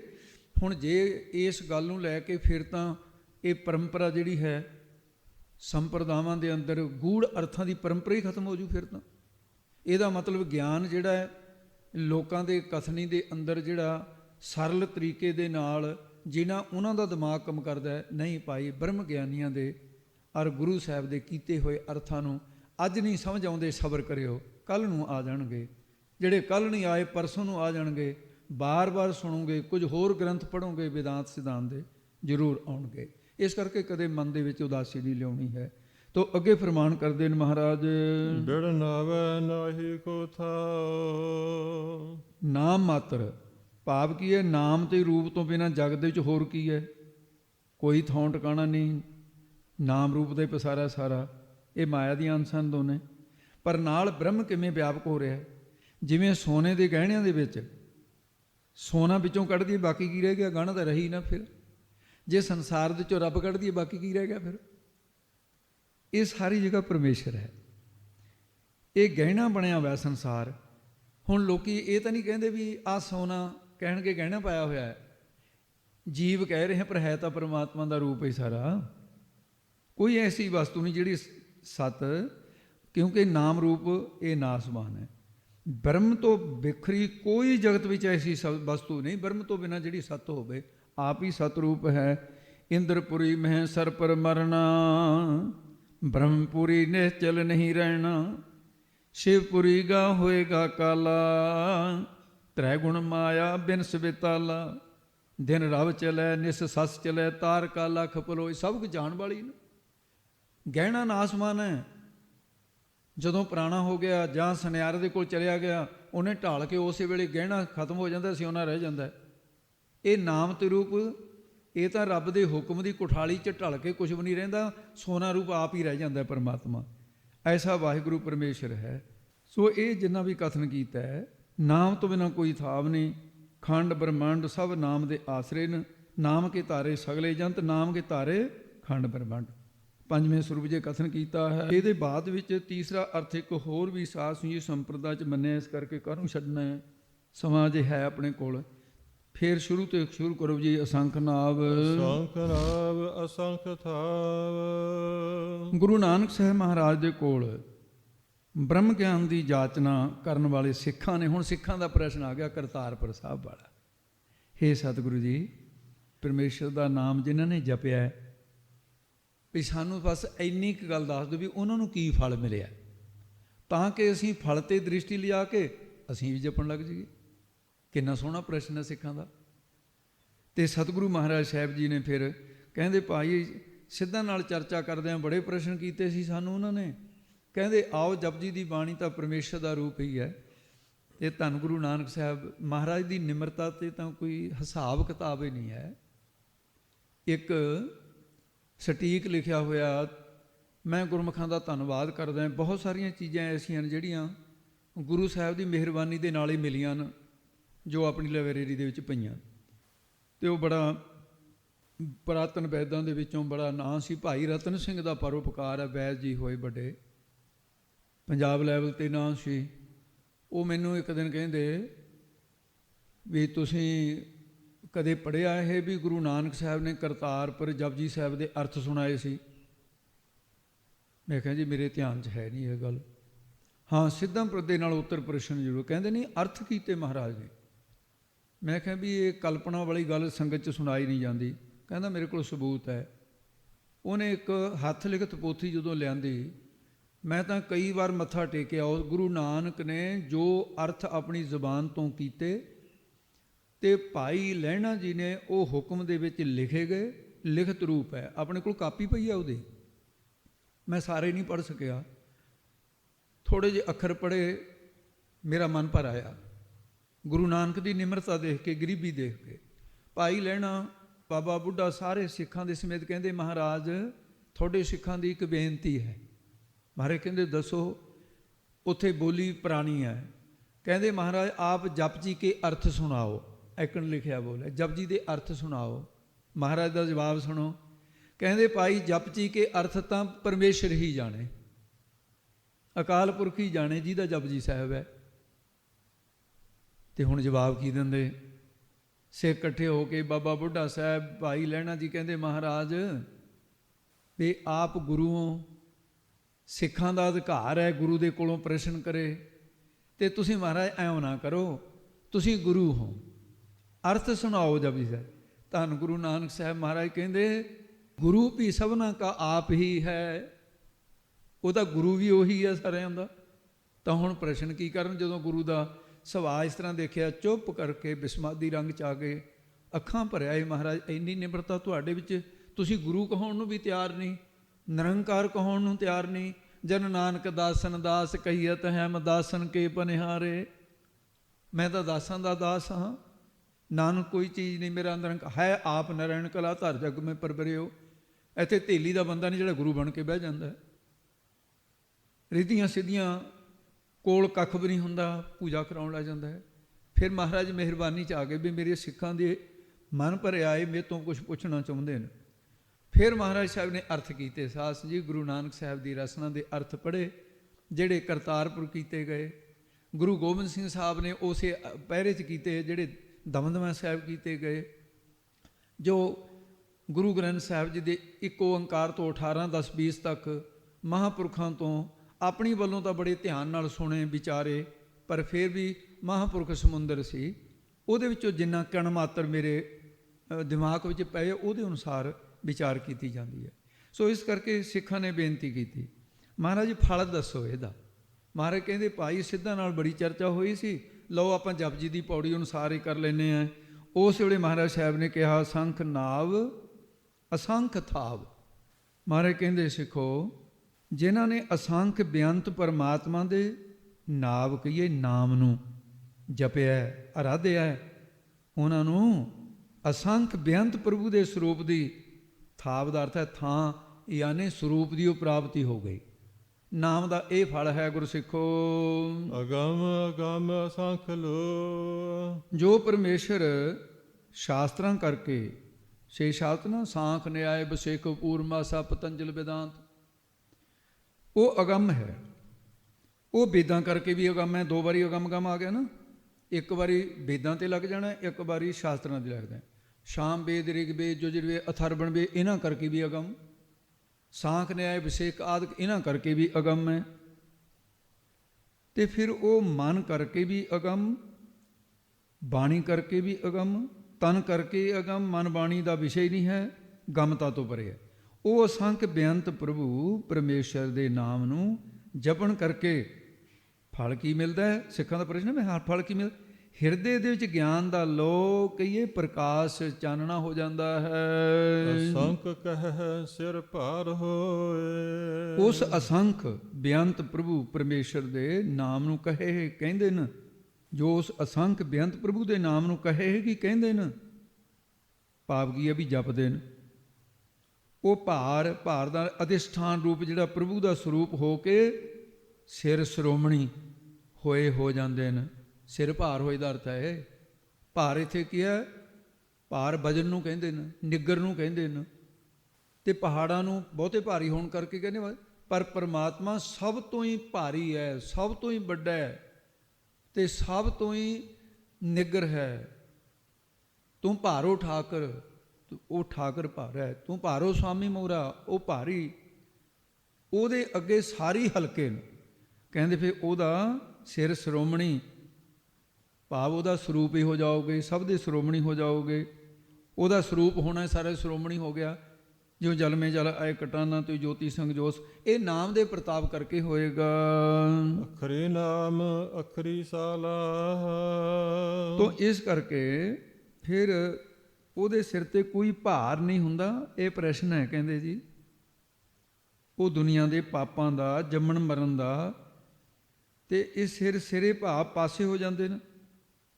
ਮਹਾਰਾਜ ਨੇ ਇਹ ਉੱਤਰ ਦਿੱਤਾ, ਉਹਨਾਂ ਦੇ ਸਿਰ ਤੇ ਸਿਰ ਭਾਰ ਹੋਏ ਦੇ ਇਹ ਕੁਛ ਅਰਥ ਰਹਿੰਦੇ ਸੀ ਪਹੀ ਪੰਗਤੀ ਦੇ, ਉਹ ਮੈਂ ਬੇਨਤੀ ਕਰਨ ਲੱਗਿਆ। ਲੋਕ ਦੰਡ, ਪਿਤਰ ਦੰਡ, ਦੇਵ ਦੰਡ, ਰਾਜ ਦੰਡ, ਇਹਨਾਂ ਦਾ ਕੋਈ ਭਾਰ ਉਹਨਾਂ ਦੇ ਸਿਰ ਤੇ ਨਹੀਂ ਹੁੰਦਾ। ਅਖਰੀ ਨਾਮ ਅਖਰੀ ਸਾਲਾਹ। ਉਹ ਪ੍ਰਭੂ ਅਖਰੀ ਕੀਏ ਆ ਜਮਾ ਖਰੀ, ਖਰੀ ਨਾਮ ਖਰਨ ਦਾ ਹੁੰਦਾ ਹੈ, ਆ ਨਾਮ ਰਹਿਤ ਦਾ ਹੈ। ਉਹ ਪ੍ਰਭੂ ਦਾ ਜਿਹੜਾ ਨਾਮ ਜਪਦੇ ਨੇ, ਉਸੇ ਪ੍ਰਭੂ ਦੇ ਅਖਰੀ ਕੇ ਜਿਹੜਾ ਖਰਦਾ ਨਹੀਂ, ਅਖਾਰਾ ਹੈ, ਨਾਸ ਨਹੀਂ ਹੁੰਦਾ, ਉਹ ਪ੍ਰਭੂ ਦੀ ਸਲਾਹ ਸਿਫਤ ਸਲਾਹੁਣਾ ਹੈ। ਤੇ ਉਹ ਪਰਮਾਤਮਾ ਦਾ ਨਾਮ ਹੀ ਉਹਦੀ ਸਿਫਤ ਸਲਾਹ। ਉਹਦੀ ਸਿਫਤ ਸਲਾਹ ਕੀ ਹੈ? ਵਾਹਿਗੁਰੂ ਵਾਹਿਗੁਰੂ ਮੂਲ ਮੰਤਰ। ਇਹ ਉਹਦੀ ਸਿਫਤ ਸਲਾਹ। ਸਲਾਹ ਸ਼ਬਦ ਨੇ, ਸਲਾਂਘਾ ਕਿਹੜੀ ਹੈ? ਨਾਮ, ਅੱਖਰਾਂ ਦੁਆਰਾ ਵਾਹਿਗੁਰੂ ਮੂਲ ਮੰਤਰ, ਇਹੀ ਉਹਦੀ ਸਿਫਤ ਸਲਾਹ ਹੈ। ਅਖਰੀ ਗਿਆਨ ਗੀਤ ਗੁਣ ਗਾਹ। ਉਹ ਅਖਰੀ ਖਰਨ ਤੋਂ ਰਹਿਤ, ਨਾਸ ਤੋਂ ਰਹਿਤ ਵਾਹਿਗੁਰੂ ਪਰਮੇਸ਼ਰ ਦੇ ਗਿਆਨ ਦੀ ਪ੍ਰਾਪਤੀ ਕਹਿੰਦੇ ਪ੍ਰਾਪਤ ਕਰੋ। ਉਹਦੇ ਗੀਤ ਜਸ ਕੀਰਤਨ ਰੂਪ ਵਿੱਚ ਗੁਣਗਾਹ ਗਾਉਣਾ ਕਰੋ, ਵਿਚਾਰਨਾ ਕਰੋ ਗੁਰਸਿੱਖੋ। ਉਸੇ ਦੀ ਗਾਹ ਸਥਾਨ ਸਤ ਸੰਗਤ ਹੈ। ਗਾਹ ਨਾਮ ਸਤ ਸੰਗਤ ਜਗ੍ਹਾ, ਉਹਦੇ ਵਿੱਚ ਮਿਲਾਪ ਕਰਕੇ ਉਸ ਦੇ ਸਰੂਪ ਨੂੰ, ਉਹਦੇ ਜਿਹੜੇ ਸਰੂਪ ਲੱਖਣ, ਤਟਸਥੀ ਲੱਖਣ, ਉਹਨਾਂ ਦੁਆਰਾ ਗੁਣਾਂ ਦਾ ਗਾਉਣਾ ਕਰੋ। ਜਿਸ ਨੇ ਅਖਰ ਨਾਸ ਤੋਂ ਰਹਿਤ ਪਰਮੇਸ਼ਰ ਦੇ ਸਰੂਪ ਦੇ ਨਾਮ ਨੂੰ ਜਪਿਆ, ਉਹਨੂੰ ਬ੍ਰਹਮ ਗਿਆਨ, ਉਹਦੇ ਗੀਤ ਜਸ ਪ੍ਰਾਪਤ ਹੋ ਜਾਂਦਾ ਹੈ। ਗਿਆਨ ਸ਼ਬਦ ਨੇ ਬ੍ਰਹਮ ਗਿਆਨ ਦਾ ਵਾਚਕ ਹੈ। ਤੇ ਉਹਦੇ ਗੁਣ ਵਿਸ਼ਿਆਂ ਦੇ ਗਾਹ ਸਥਾਨ ਜਿਹੜੇ ਇੰਦਰੀ ਸੀ, ਉਹਨੇ ਦਬਾ ਲਏ, ਦਮਨ ਕਰ ਲਿਆ ਇੰਦਰੀਆਂ ਨੂੰ। ਕਰੇ ਲਿਖਣ ਬੋਲਣ ਵਾਨ।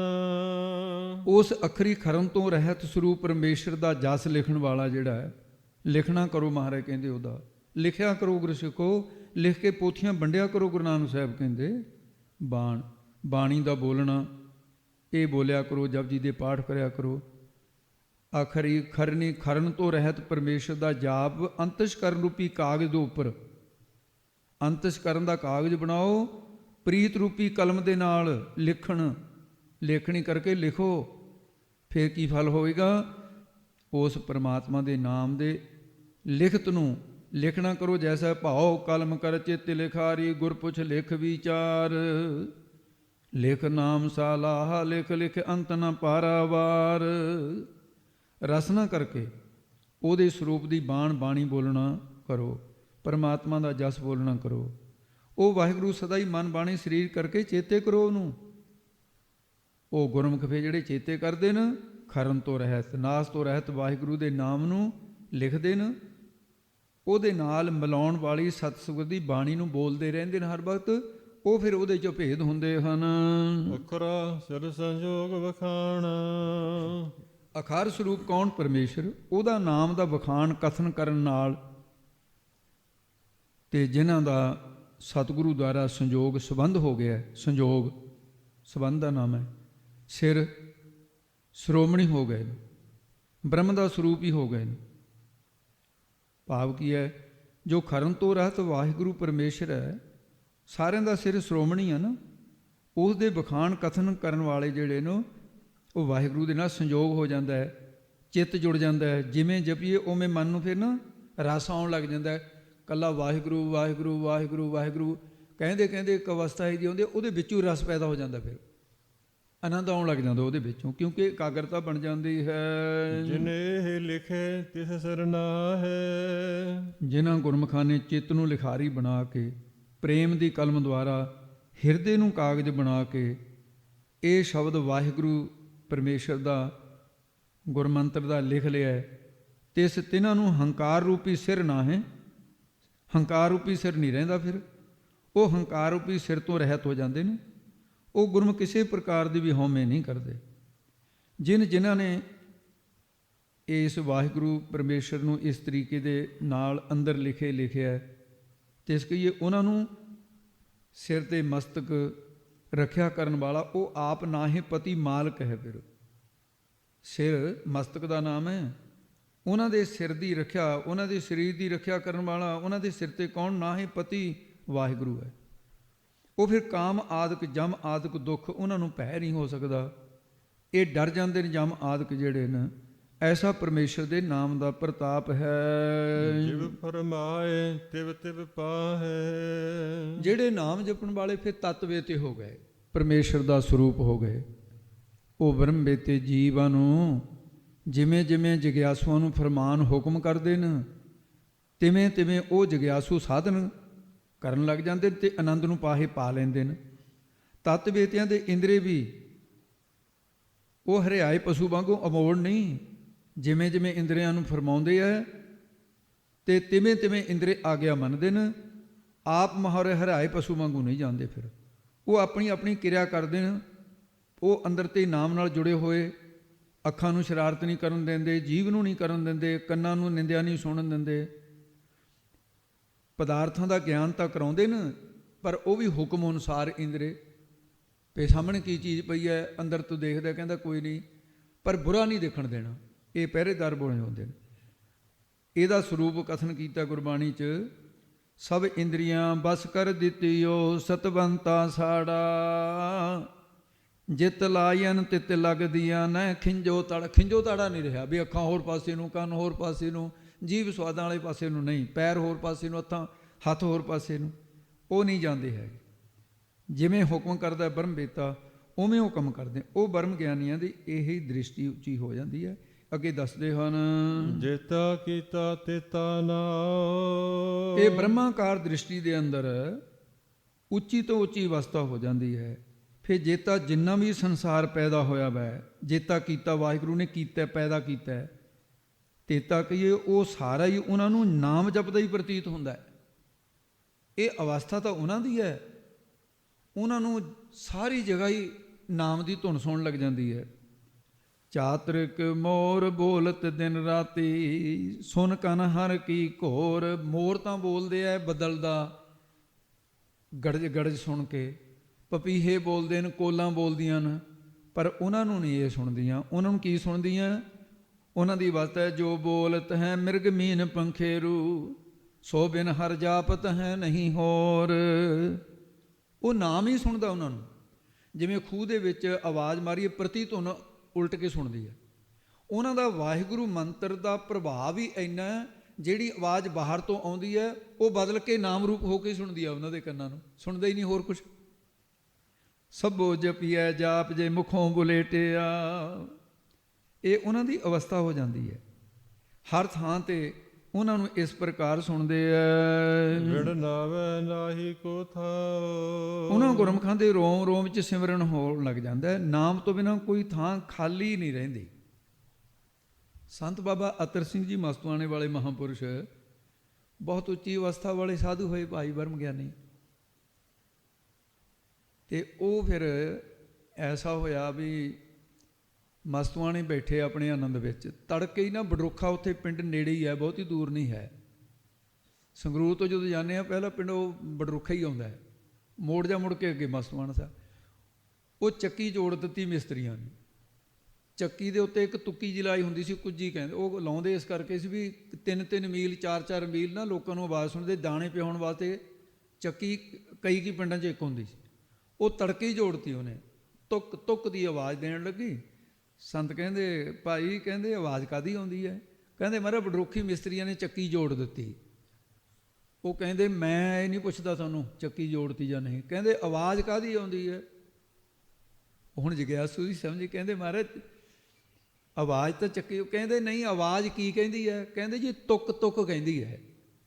ਕਹਿੰਦੇ ਭਲਿਓ ਅਜੇ ਤੁੱਕ ਤੁੱਕ ਦੀ ਖੜੇ ਹੋ? ਕਹਿੰਦੇ ਮੈਨੂੰ ਤਾਂ ਸੁਣਦੀ ਨਹੀਂ ਤੁੱਕ ਤੁੱਕ। ਇਹ ਮਹਾਰਾਜ ਤੁਹਾਨੂੰ ਕੀ ਸੁਣਦੀ ਹੈ? ਕਹਿੰਦੇ ਮੈਨੂੰ ਵਾਹਿਗੁਰੂ ਵਾਹਿਗੁਰੂ ਸੁਣਦਾ ਹੈ, ਉਹਦੇ ਵਿੱਚੋਂ ਵੀ ਆਵਾਜ਼ ਉਹੀ ਆ ਰਹੀ ਹੈ। ਇਸ ਤਰ੍ਹਾਂ ਸੰਤ ਗਿਆਨੀ ਸੁੰਦਰ ਸਿੰਘ ਜੀ ਭਿੰਡਰਾਂ ਵਾਲੇ ਮਹਾਂਪੁਰਸ਼, ਜਿਸ ਵੇਲੇ ਮੋਰਚੇ ਲੱਗੇ ਸਾਧ ਸਿੰਘ ਜੀ, ਪੰਥ ਹਤੈਸ਼ੀ ਸਾਧੂ ਸੀ, ਤੇ ਭਿੰਡਰਾਂ ਵਾਲੇ ਜਥੇ ਦੇ ਵਿੱਚ ਚਿੱਟੀ ਦਸਤਾਰ ਚਲੀ ਆ ਰਹੀ ਸੀ ਪਿੱਛੋਂ। ਇਹ ਪਹਿਲੀ ਵਾਰ ਹੋਈ ਅਕਾਲੀ ਸਿੰਘਾਂ ਨੇ ਇਕੱਠੇ ਹੋ ਕੇ, ਮਹਾਰਾਜ ਜੇ ਤੁਸੀਂ ਨੀਲੀ ਦਸਤਾਰ ਸਜਾ ਲਓ, ਜੈਤੋਂ ਦਾ ਮੋਰਚਾ, ਬੜੇ ਮੋਰਚੇ ਲੱਗੇ। ਮਹਾਂਪੁਰਖ ਕਹਿੰਦੇ ਭਾਈ ਪੰਥ ਦੇ ਭਲੇ ਕੋਈ ਸਾਰੇ ਰੰਗ ਇੱਕ ਸਾਰੇ ਨੇ, ਬੜੇ ਸਾਰੇ ਕੜਾਹੇ ਦੇ ਵਿੱਚ ਬਸ ਫਿਰ ਉਹ ਸੰਤਾਂ ਨੇ ਨੀਲੀ ਦਸਤਾਰ ਬੰਨੀ ਤੇ ਹਜ਼ਾਰਾਂ ਹੀ ਨੀਲੀਆਂ ਦਸਤਾਰਾਂ ਵਾਲੇ ਪੈਦਾ ਕਰ ਦਿੱਤੇ। ਕਹਿੰਦੇ ਨੇ 8-8 10-10 ਘੰਟੇ ਸੰਤਾਂ ਨੇ ਖੜ੍ਹ ਕੇ ਕੀਰਤਨ, ਸਿੱਧੀਆਂ ਧਾਰਨਾ ਦਾ ਕੀਰਤਨ ਕਰਦੇ ਹੋਏ ਸੰਤ ਬਾਬਾ ਸੁੰਦਰ ਸੀ ਤੀਸਰੇ ਪੈ ਸੁਬਾਹ ਸ਼ਾਮ ਕਥਾ ਕਰਦੇ। ਤੇ ਜਿਸ ਵੇਲੇ ਲੋਕ ਵਾਲੀ ਮਨਮਤਾਂ ਦੀ ਧਾਰਨਾ ਲਾਉਣ ਲੱਗ ਗਏ, ਫਿਰ ਸੰਤ ਗਿਆਨੀ ਗੁਰਬਚਨ ਸਿੰਘ ਜੀ ਨੇ ਇਹਦਾ ਫਿਰ ਥੋੜ੍ਹਾ ਵੀ ਭਾਈ ਗੁਰਬਾਣੀ ਦੀ ਉਧਾਰਨਾ ਪੜ੍ਹਨੀ ਚਾਹੀਦੀ ਹੈ। ਉਹ ਕਿਤੇ ਗਰਮ ਸਰਦ ਹੋ ਗਏ ਜਾਂ ਖੇਡ ਸੀ। ਇਹ ਕਹਿੰਦੇ ਆ ਵੀ ਇੱਕ ਪ੍ਰੇਮੀ ਸੰਤਾਂ ਕੋਲ ਆਇਆ, ਉਹਨੂੰ ਜਲੋਦਰ ਦਾ ਰੋਗ ਹੋ ਗਿਆ, ਕਿਤੇ ਤੱਤਾ ਠੰਡਾ ਖਾਧਾ ਪੀਤਾ ਕਿਆ ਹੋਇਆ, ਪ੍ਰਲਾਪ ਕਰੇ। ਸੰਤ ਕਹਿੰਦੇ ਭਾਈ ਬੜਾ ਤਰਸ ਆਉਂਦਾ, ਕੀ ਕਰਾਂ ਮੈਂ, ਤੇਰੇ ਕਰਮਾਂ ਦਾ। ਕਹਿੰਦਾ ਮਹਾਰਾਜ ਭੋਗ ਨਹੀਂ ਹੁੰਦਾ ਮੇਰਾ ਕੋਈ ਲਾ। ਕਹਿੰਦੇ ਦੇਖ ਗੁਰਮੁਖਾ, ਕਹਿੰਦੇ ਭੋਗਣਾ ਤਾਂ ਪਊਗਾ, ਜੇ ਤੇਤੇ ਨਹੀਂ ਭੋਗ ਹੁੰਦਾ ਮੈਂ ਭੋਗ ਲੈਣਾ। ਕਹਿੰਦਾ ਮਹਾਰਾਜ ਕਰ ਦੋ ਕਿਰਪਾ। ਸੰਤ ਨੇ ਅਰਦਾਸ ਕੀਤੀ, ਉਹ ਤੰਦਰੁਸਤ ਹੋ ਗਿਆ। ਸੰਤਾਂ ਨੂੰ ਜਲੋਦਰ ਦਾ ਰੋਗ ਹੋ ਗਿਆ, ਪਾਣੀ ਭਰ ਗਿਆ ਅੰਦਰ, ਉਹਦੀ ਬਿਮਾਰੀ ਲੈ ਗਈ। ਕਹਿੰਦੇ ਚੋਲੀ ਮੈਂ ਤਾਂ ਭਾਣਾ ਮੰਨ ਕੇ ਕੱਟ ਲੂੰ। ਉਹ ਫਿਰ ਸਾਧ ਸਿੰਘ ਜੀ ਲੁਧਿਆਣੇ ਸਿਵਲ ਹਸਪਤਾਲ ਦੇ ਅੰਦਰ ਡਾਕਟਰ ਦੀਵਾਨ ਸਿੰਘ ਸੀ, ਬਹੁਤ ਬੰਦਗੀ ਵਾਲਾ ਸਿਵਲ ਸਰਜਨ ਸੀ। ਉੱਥੇ ਮਹਾਂਪੁਰਖਾਂ ਨੂੰ ਲੈ ਗਏ ਤੇ ਸੰਤਾਂ ਨੂੰ ਇਹ ਸਰੀਰ ਦੀ ਪ੍ਰਕਿਰਿਆ ਦੇਖ ਕੇ ਡਾਕਟਰ ਦੀਵਾਨ ਸਿੰਘ ਗਲ ਦੇ ਵਿੱਚ ਟੂਟੀ, ਇੱਥੇ ਗਲ 'ਚ ਪਾਈ ਹੁੰਦੀ ਹੈ, ਉਹ ਇੱਥੇ ਕੋਈ ਲਟਕਦੀ ਹੁੰਦੀ ਹੈ ਟੂਟੀ। ਕਹਿੰਦੇ ਮਹਾਰਾਜ ਜੀ ਇੱਕ ਬੇਨਤੀ ਹੈ। ਸੰਤ ਕਹਿੰਦੇ ਦੱਸੋ। ਕਹਿੰਦੇ ਮਹਾਰਾਜ ਮੇਰੇ ਹੱਥਾਂ 'ਚ 2 ਬ੍ਰਹਮ ਗਿਆਨੀ ਚਲੇ ਗਏ। ਬਾਬਾ ਸ਼ਾਮ ਸਿੰਘ ਜੀ ਅੰਮ੍ਰਿਤਸਰ ਸਾਹਿਬ 70 ਸਾਲ ਸਰਿੰਦਾ ਫੜ ਕੇ ਗੁਰੂ ਰਾਮਦਾਸ ਦੇ ਦਰ ਦਾ ਕੀਰਤਨ ਕੀਤਾ। 70 ਸਾਲ ਵਿੱਚ ਨਾਗਾ ਨਹੀਂ ਪਾਇਆ ਤੇ 70 ਸਾਲ 'ਚ 1 ਰੁਪਈਆ ਤਨਖਾਹ ਨਹੀਂ ਲਈ। ਬੜੇ ਬੜੇ ਬ੍ਰਹਮ ਗਿਆਨੀ ਪੈਦਾ ਕਰਤੇ। 3 ਘੰਟੇ ਝੂਠੇ ਭਾਂਡੇ ਮਾਂਜਦੇ ਹੁੰਦੇ ਸੀ ਬਾਬਾ ਜੀ, ਸੇਵਾ ਕਰਨੀ, ਹਰ ਵਕਤ ਬਾਣੀ ਪੜ੍ਹਦੇ। ਉਹਨਾਂ ਦੀ ਰੀਸ ਹੋਰ ਵੀ ਬਹੁਤ ਝੂਠੇ ਭਾਂਡੇ ਮਾਂਜਦੇ, ਜਲ ਛਕਾਉਣ ਦੀ ਸੇਵਾ ਕਰਨੀ ਪ੍ਰਕਰਮਾਂ 'ਚ ਆ ਕੇ। ਲੋਕ ਖੜੇ ਦੇਖਦੇ ਹੁੰਦੇ ਵੀ ਤੁਰੇ ਜਾਂਦਿਆਂ ਦੇ ਦਰਸ਼ਨ ਹੋ ਜਾਣ। ਤੇ ਉਹ ਕਹਿੰਦੇ ਜੀ ਸਰੀਰ ਤਿਆਗ ਕੇ ਮੈਂ ਪੁੱਛ ਨਾ ਸਕਿਆ ਕੁਛ ਵੀ, ਮੇਰੇ ਹੱਥਾਂ 'ਚ ਸਰੀਰ ਤਿਆਗਿਆ। ਸੰਤ ਬਾਬਾ ਅਤਰ ਸਿੰਘ ਜੀ ਮੇਰੇ ਹੱਥਾਂ 'ਤੇ ਸਰੀਰ ਤਿਆਗ ਕੇ ਮੈਂ ਨਾ ਕੁਛ ਪੁੱਛ ਸਕਿਆ। ਕਹਿੰਦੇ ਹੁਣ ਤੁਸੀਂ ਵੀ, ਮੈਨੂੰ ਲੱਗਦਾ ਵੀ ਕਿਤੇ ਮੈਨੂੰ ਪਛਤਾਵਾ ਨਾ ਦੇ ਜਿਓ, ਵੀ ਪਤਾ ਨਹੀਂ ਤੁਸੀਂ ਕੋਲੋਂ ਭਾਣਾ ਵਰਤਾਉਣਾ, ਜੰਮਣਾ ਮਰਨਾ ਤੁਹਾਡੇ ਹੱਥ 'ਚ ਹੈ, ਵੀ ਮੈਨੂੰ ਮਾਰੇ ਨਾਮ ਦੀ ਅਵਸਥਾ ਦੱਸ ਦਿਓ। 2 ਸੰਤਾਂ ਤੋਂ ਤਾਂ ਮੈਂ ਪੁੱਛ ਨਹੀਂ ਸਕਦਾ। ਸੰਤ ਕਹਿੰਦੇ ਮੇਰੀ ਕਿਹੜੀ ਅਵਸਥਾ ਹੋਣੀ ਹੈ ਨਾਮ ਦੀ? ਕਹਿੰਦੇ ਤੂੰ ਦੱਸ ਤੇਰੀ ਕੀ ਅਵਸਥਾ ਹੈ? ਕਹਿੰਦਾ ਜੀ ਮੇਰੀ ਤਾਂ ਇੰਨੀ ਕੁ ਅਵਸਥਾ, ਜਦੋਂ ਮੈਂ ਗੱਡੀ ਚਲਾਉਣਾ ਮੈਨੂੰ ਗੱਡੀ ਦੇ ਇੰਜਣ ਦੀ ਆਵਾਜ਼ ਬੰਦ ਹੋ ਜਾਂਦੀ ਹੈ, ਧੰਨ ਗੁਰੂ ਨਾਨਕ ਧੰਨ ਗੁਰੂ ਨਾਨਕ ਦੀ ਆਵਾਜ਼ ਆਉਣ ਲੱਗ ਜਾਂਦੀ ਹੈ। ਕਹਿੰਦੇ ਵਾਹ ਵੀ ਗੁਰਮੁਖਾ, ਕਹਿੰਦੇ ਇਹੀ ਜੀ ਕਹਿੰਦੇ ਜਿਹੜੀ ਤੇਰੀ ਅਵਸਥਾ ਬਣੀ ਹੋ, ਮੈਨੂੰ ਵੀ ਧੰਨ ਗੁਰੂ ਨਾਨਕ ਦੀ ਆਵਾਜ਼ ਆਉਣ ਲੱਗ ਜਾ ਗੁਰਮੁਖਾ, ਤੇਰੇ ਦਰਸ਼ਨ ਹੋਏ। ਨਿਮਰਤਾ ਸੀ। ਕਹਿੰਦੇ ਮਹਾਰਾਜ ਮੈਂ ਆਪਣਾ ਗੁੱਝਾ ਭੇਦ ਦੱਸਦਾ, ਹੁਣ ਤੁਸੀਂ ਲੁਕੋ ਨਾ। ਸੰਤ ਚੁੱਪ ਰਹੇ। ਦੂਜੀ ਵਾਰ ਫੇਰ ਕਹਿੰਦਾ ਮਹਾਰਾਜ ਤੁਸੀਂ। ਸੰਤ ਕਹਿੰਦੇ ਭਾਈ ਤੂੰ ਪਹਿਲਾਂ ਸਰੀਰ ਦਾ ਚੈੱਕ ਆਫ ਕਰ। ਉਹ ਕਹਿੰਦਾ ਜੀ ਬ੍ਰਹਮ ਗਿਆਨੀ ਢੋਲ ਦੀ ਨਿਆਈ ਹੁੰਦਾ, ਮੈਂ 2 ਵਾਰੀ ਡੱਗਾ ਮਾਰਤਾ ਵੀ ਤੁਸੀਂ ਪ੍ਰਸ਼ਨ ਹੈ ਮੇਰਾ, ਦੱਸੋ ਕਿਰਪਾ ਕਰਕੇ। ਸੰਤਾਂ ਨੇ ਜਦ ਤੀਸਰੀ ਵਾਰ ਕਿਹਾ, ਕਹਿੰਦੇ ਤੂੰ ਦੇਖ ਬਚਨ ਮੰਨ। ਉਹਨੇ ਕੰਨਾਂ 'ਚ ਟੂਟੀ ਲਾ ਕੇ ਜਦੋਂ ਉੱਥੇ ਹੀ ਮਸਤਾਨਾ ਹੋ ਗਿਆ, ਵਾਹਿਗੁਰੂ ਵਾਹਿਗੁਰੂ ਦੀ ਧੁਨ ਹੋ ਰਹੀ ਹੈ। ਸੰਤ ਹੱਥ ਫੜ ਕੇ ਕਹਿੰਦੇ ਹੋਰ ਥਾਂ ਲਾ ਕੇ ਵੀ ਦੇਖ ਲੈ। ਜਦੋਂ ਹੋਰ ਥਾਂ ਲਈ ਉੱਥੇ ਵੀ ਵਾਹਿਗੁਰੂ ਵਾਹਿਗੁਰੂ ਤੋਂ ਤਿੰਨ। ਉਹ ਹੋਰ ਥਾਂ ਲਾ ਗਈ। ਡਾਕਟਰ ਜਿਹੜੇ ਛੋਟੇ ਡਾਕਟਰ ਸੀ ਕਹਿੰਦੇ ਸਰ ਕੀ ਹੋ ਗਿਆ ਤੁਹਾਨੂੰ, ਤੁਸੀਂ ਤਾਂ ਟੂਟੀ ਉੱਥੇ ਵੀ ਲਾਈ ਜਾਂਦੇ ਜਿੱਥੇ ਮਰੀਜ਼ ਦੇ ਲਾਉਣ ਦੀ ਲੋੜ ਨਹੀਂ ਹੁੰਦੀ। ਉਹ ਕਹਿੰਦਾ ਚੁੱਪ ਕਰਕੇ ਖੜੇ ਰਹੋ। ਹੱਥ ਬੰਨ੍ਹ ਕੇ ਟੂਟੀ ਪਾਈ ਗਲ 'ਚ, ਕਹਿੰਦਾ ਸੁਖਮਨੀ ਸਾਹਿਬ ਤਾਂ ਮਹਾਂਪੁਰਖ ਰੋਜ਼ੇ ਪੜ੍ਹਦੇ ਸੀ, ਪਰ ਅੱਜ ਪਤਾ ਚੱਲਿਆ ਸਾਧ ਕੀ ਮਹਿਮਾ ਬੇਦ ਨਾ ਜਾਣੈ। ਮਹਾਰਾਜ ਕੋਈ ਜਗ੍ਹਾ ਐਸੀ ਨਹੀਂ ਜਿੱਥੇ ਤੁਹਾਡੇ ਨਾਮ ਦੀ ਆਵਾਜ਼ ਨਹੀਂ ਆਉਂਦੀ ਹੈ। ਗੁਰਮੁਖ ਰੋਮ ਰੋਮ ਹਰ ਧਿਆਵੈ। ਤੁਹਾਡੀ ਇਹ ਉੱਚੀ ਅਵਸਥਾ ਮਹਾਰਾਜ ਬਣ ਗਈ ਹੈ। ਇਉਂ ਫਿਰ ਤੁਹਾਨੂੰ ਰੋਗ ਕੀ ਹੋਣਾ? ਡਾਕਟਰ ਸਾਹਿਬ ਕਹਿੰਦੇ ਇਹ ਉਹਨਾਂ ਦੇ ਜੀਵਨ 'ਚ ਲਿਖੀ ਹੋਈ ਸਾਧ ਸੁਣਜੀ ਮਹਾਂਪੁਰਖਾਂ ਦੇ ਸੁਣੀਆਂ ਹੋਈਆਂ। ਸਰਵ ਰੋਗ ਕਾ ਔਖਦ ਨਾਮ ਹੈ। ਨਾਮ ਦਵਾਈ ਤੁਹਾਡੇ ਪਾਸ ਹੈ। ਵੀ ਮੇਰੇ ਤੇ ਦੀਵਾਨ ਸਿੰਘ ਨੂੰ ਨਿਹਾਲ ਕਰ ਦਿੱਤਾ ਮਹਾਂਪੁਰਖਾਂ ਨੇ। ਕਹਿੰਦੇ ਜੀ ਮੇਰੇ ਤੇ ਕਿਰਪਾ ਕਰ ਦਿਓ। ਕਹਿੰਦੇ ਉਸ ਦਿਨ ਤੋਂ ਡਾਕਟਰ ਦੀ ਧੁਨ ਇੱਕ ਰਸ ਚੱਲਣ ਲੱਗ ਪਈ। ਬ੍ਰਹਮ ਗਿਆਨੀ ਕੀ ਦ੍ਰਿਸ਼ਟ ਅੰਮ੍ਰਿਤ ਵਰਸੀ।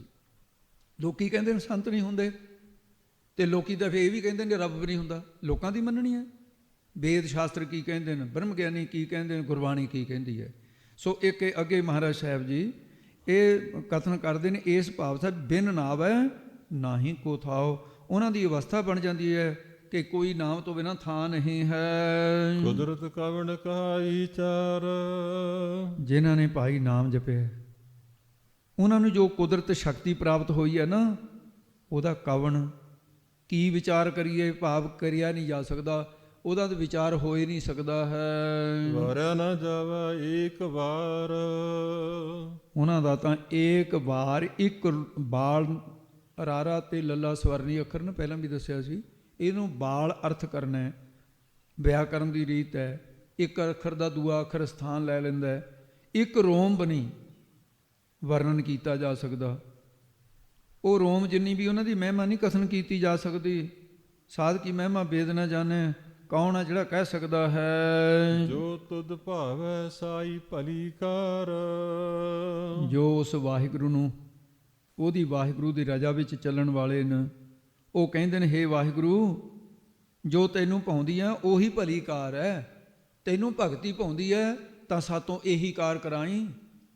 ਜਿਵੇਂ ਪੰਜਵੇਂ ਜਾਮੇ 'ਚ ਮਹਾਰਾਜ ਸਾਹਿਬ ਨੇ ਕਿਹਾ ਅਵਰ ਕਾਜ ਤੇਰੇ ਕਿਤੇ ਨਾ ਕਾਮ ਮਿਲ ਸਾਧ ਸੰਗਤ ਭਜ ਕੇ ਬਨਾ। ਇਹ ਸ੍ਰੇਸ਼ਟ ਕਰਮ ਹੈ ਜੀ। ਤੂੰ ਸਦਾ ਸਲਾਮਤ ਨਿਰੰਕਾਰ। ਤੂੰ ਜੀਵ ਅਤੇ ਸਦਾ ਸਲਾਮਤ ਈਸ਼ਵਰ।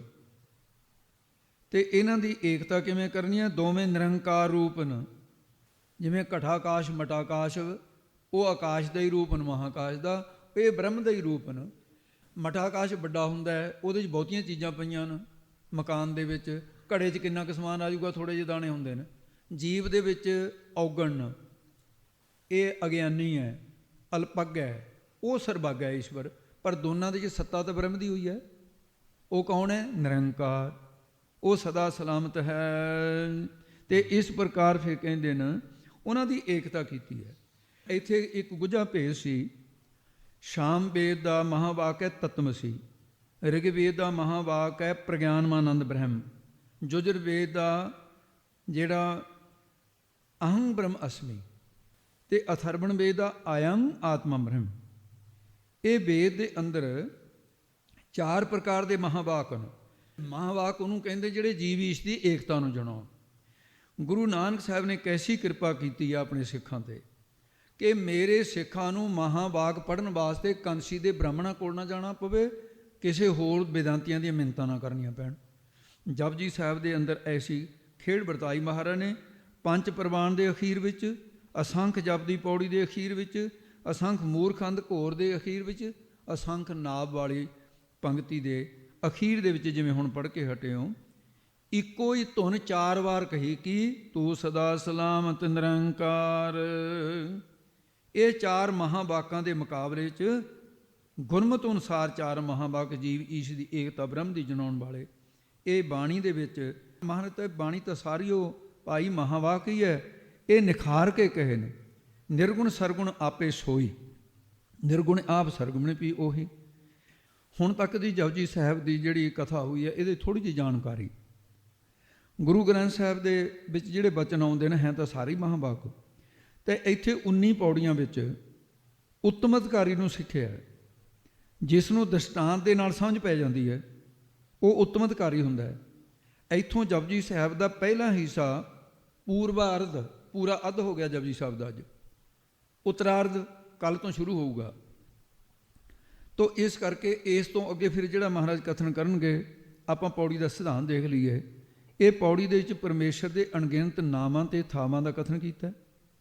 ਉਹ ਸਭ ਦਾ ਪ੍ਰਕਾਸ਼ਕ ਮਨ ਦੀ ਗਮਤਾ ਤੋਂ ਪਰੇ ਕਥਨ ਕੀਤਾ ਹੈ, ਸ਼ਾਸਤਰਾਂ ਦੀ ਗਮਤਾ ਤੋਂ ਪਰੇ ਹੈ। ਸਭਨਾਂ ਦੇ ਮੱਥੇ ਉੱਪਰ ਲੇਖ ਲਿਖੇ ਨੇ ਉਸੇ ਨੇ, ਤਿਨਾਂ ਦੇ ਲਿਖੇ ਹੋਏ ਅੱਖਰਾਂ ਅਨੁਸਾਰ ਜੀਵ ਨਾਮ ਜਪਦੇ ਨੇ, ਪਰਮੇਸ਼ਰ ਦੇ ਸਿਫਤ ਸਲਾਹ ਕਰਦੇ ਨੇ, ਲਿਖੇ ਕਰਮਾਂ ਦੇ ਅਨੁਸਾਰ ਹੀ ਹੈ, ਇਹਦਾ ਜ਼ਿਕਰ ਕੀਤਾ ਹੈ। ਅੱਖਰਾਂ ਦੇ ਅਨੁਸਾਰ ਹੀ ਗਿਆਨ ਪ੍ਰਾਪਤ ਹੁੰਦਾ ਹੈ। ਗੀਤ ਆਦਿ ਜਿਹੜੇ ਪਰਮੇਸ਼ਰ ਦੇ ਜਸ ਦੇ ਗਾਉਣੇ ਨੇ, ਗੁਣਾਂ ਦਾ ਸਥਾਨ ਸਤਿਗੁਰੂ ਪ੍ਰਾਪਤ ਹੋ ਜਾਂਦੇ ਨੇ। ਲਿਖਣ ਦੀ ਜੁਗਤੀ, ਬੋਲਣ ਦੀ ਜੁਗਤੀ ਆਉਂਦੀ ਹੈ ਅੱਖਰਾਂ ਦੁਆਰਾ। ਜਿਸ ਪ੍ਰਮਾਤਮਾ ਨੇ ਇਹ ਲੇਖ ਲਿਖੇ ਨੇ, ਉਹਦੇ ਆਪਣੇ ਮੱਥੇ ਦੇ ਉੱਤੇ ਲੇਖ ਨਹੀਂ, ਉਹ ਆਪ ਅਲੇਖ ਹੈ। ਆਪ ਅਲੇਖ ਕੁਦਰਤ ਕਰ ਦੇਖਿਆ, ਹੁਕਮ ਚਲਾਏ ਸੋਈ ਜੀਓ। ਜਿਵੇਂ ਜਿਵੇਂ ਉਹ ਫਰਮਾਉਂਦਾ ਹੈ, ਹੁਕਮ ਕਰਦਾ, ਤਿਵੇਂ ਤਿਵੇਂ ਅਗੰਮੀ ਕਲਮ ਦੁਆਰਾ ਲੇਖ ਲਿਖੇ ਜਾਂਦੇ ਨੇ। ਜਿੰਨਾ ਵੀ ਸੰਸਾਰ ਦਾ ਪਸਾਰਾ ਹੈ, ਉਹ ਨਾਮ ਜਪਣ ਲਈ ਪੈਦਾ ਕੀਤਾ ਹੈ। ਜਿਨ੍ਹਾਂ ਨੇ ਨਾਮ ਜਪੇ, ਉਹਨਾਂ ਨੂੰ ਪਰਲੋਕ ਵਿੱਚ ਥਾਂ ਮਿਲਦੀ ਹੈ। ਪਰਮੇਸ਼ਰ ਦੀ ਕੁਦਰਤ ਦਾ ਕੌਣ ਵਿਚਾਰ ਕਰ ਸਕਦਾ ਹੈ? ਇਹ ਕਥਨ ਕੀਤਾ। ਰਜਾ ਦੇ ਅੰਦਰ ਚੱਲੇ ਤੇ ਇਹ ਬਚਨ ਕਹਿਣੇ ਚਾਹੀਦੇ, ਤੂੰ ਸਦਾ ਸਲਾਮਤ ਨਿਰੰਕਾਰ। ਇਹਨਾਂ 4 ਪੌੜੀਆਂ, ਤੂੰ ਸਦਾ ਸਲਾਮਤ ਨਿਰੰਕਾਰ, 4 ਵਾਰ ਮਹਾਵਾਕ ਉਚਾਰਨ ਕਰ ਦਿੱਤਾ ਹੈ। ਇਹ ਪੌੜੀ ਜਪਜੀ ਸਾਹਿਬ ਦੀ ਪੂਰਵਾ ਅਰਧ ਉੱਤਮ ਅਧਿਕਾਰੀ ਲਈ ਉਚਾਰਨ ਕੀਤਾ ਹੈ। ਇਹ ਭਾਵ ਅਰਥ ਦੇ ਵਿੱਚ ਹੈ ਸਾਰਾ, ਜਿਹੜਾ ਮੈਂ ਦੁਬਾਰਾ ਕਹਿ ਰਿਹਾ ਆਪ ਜੀ ਨੂੰ।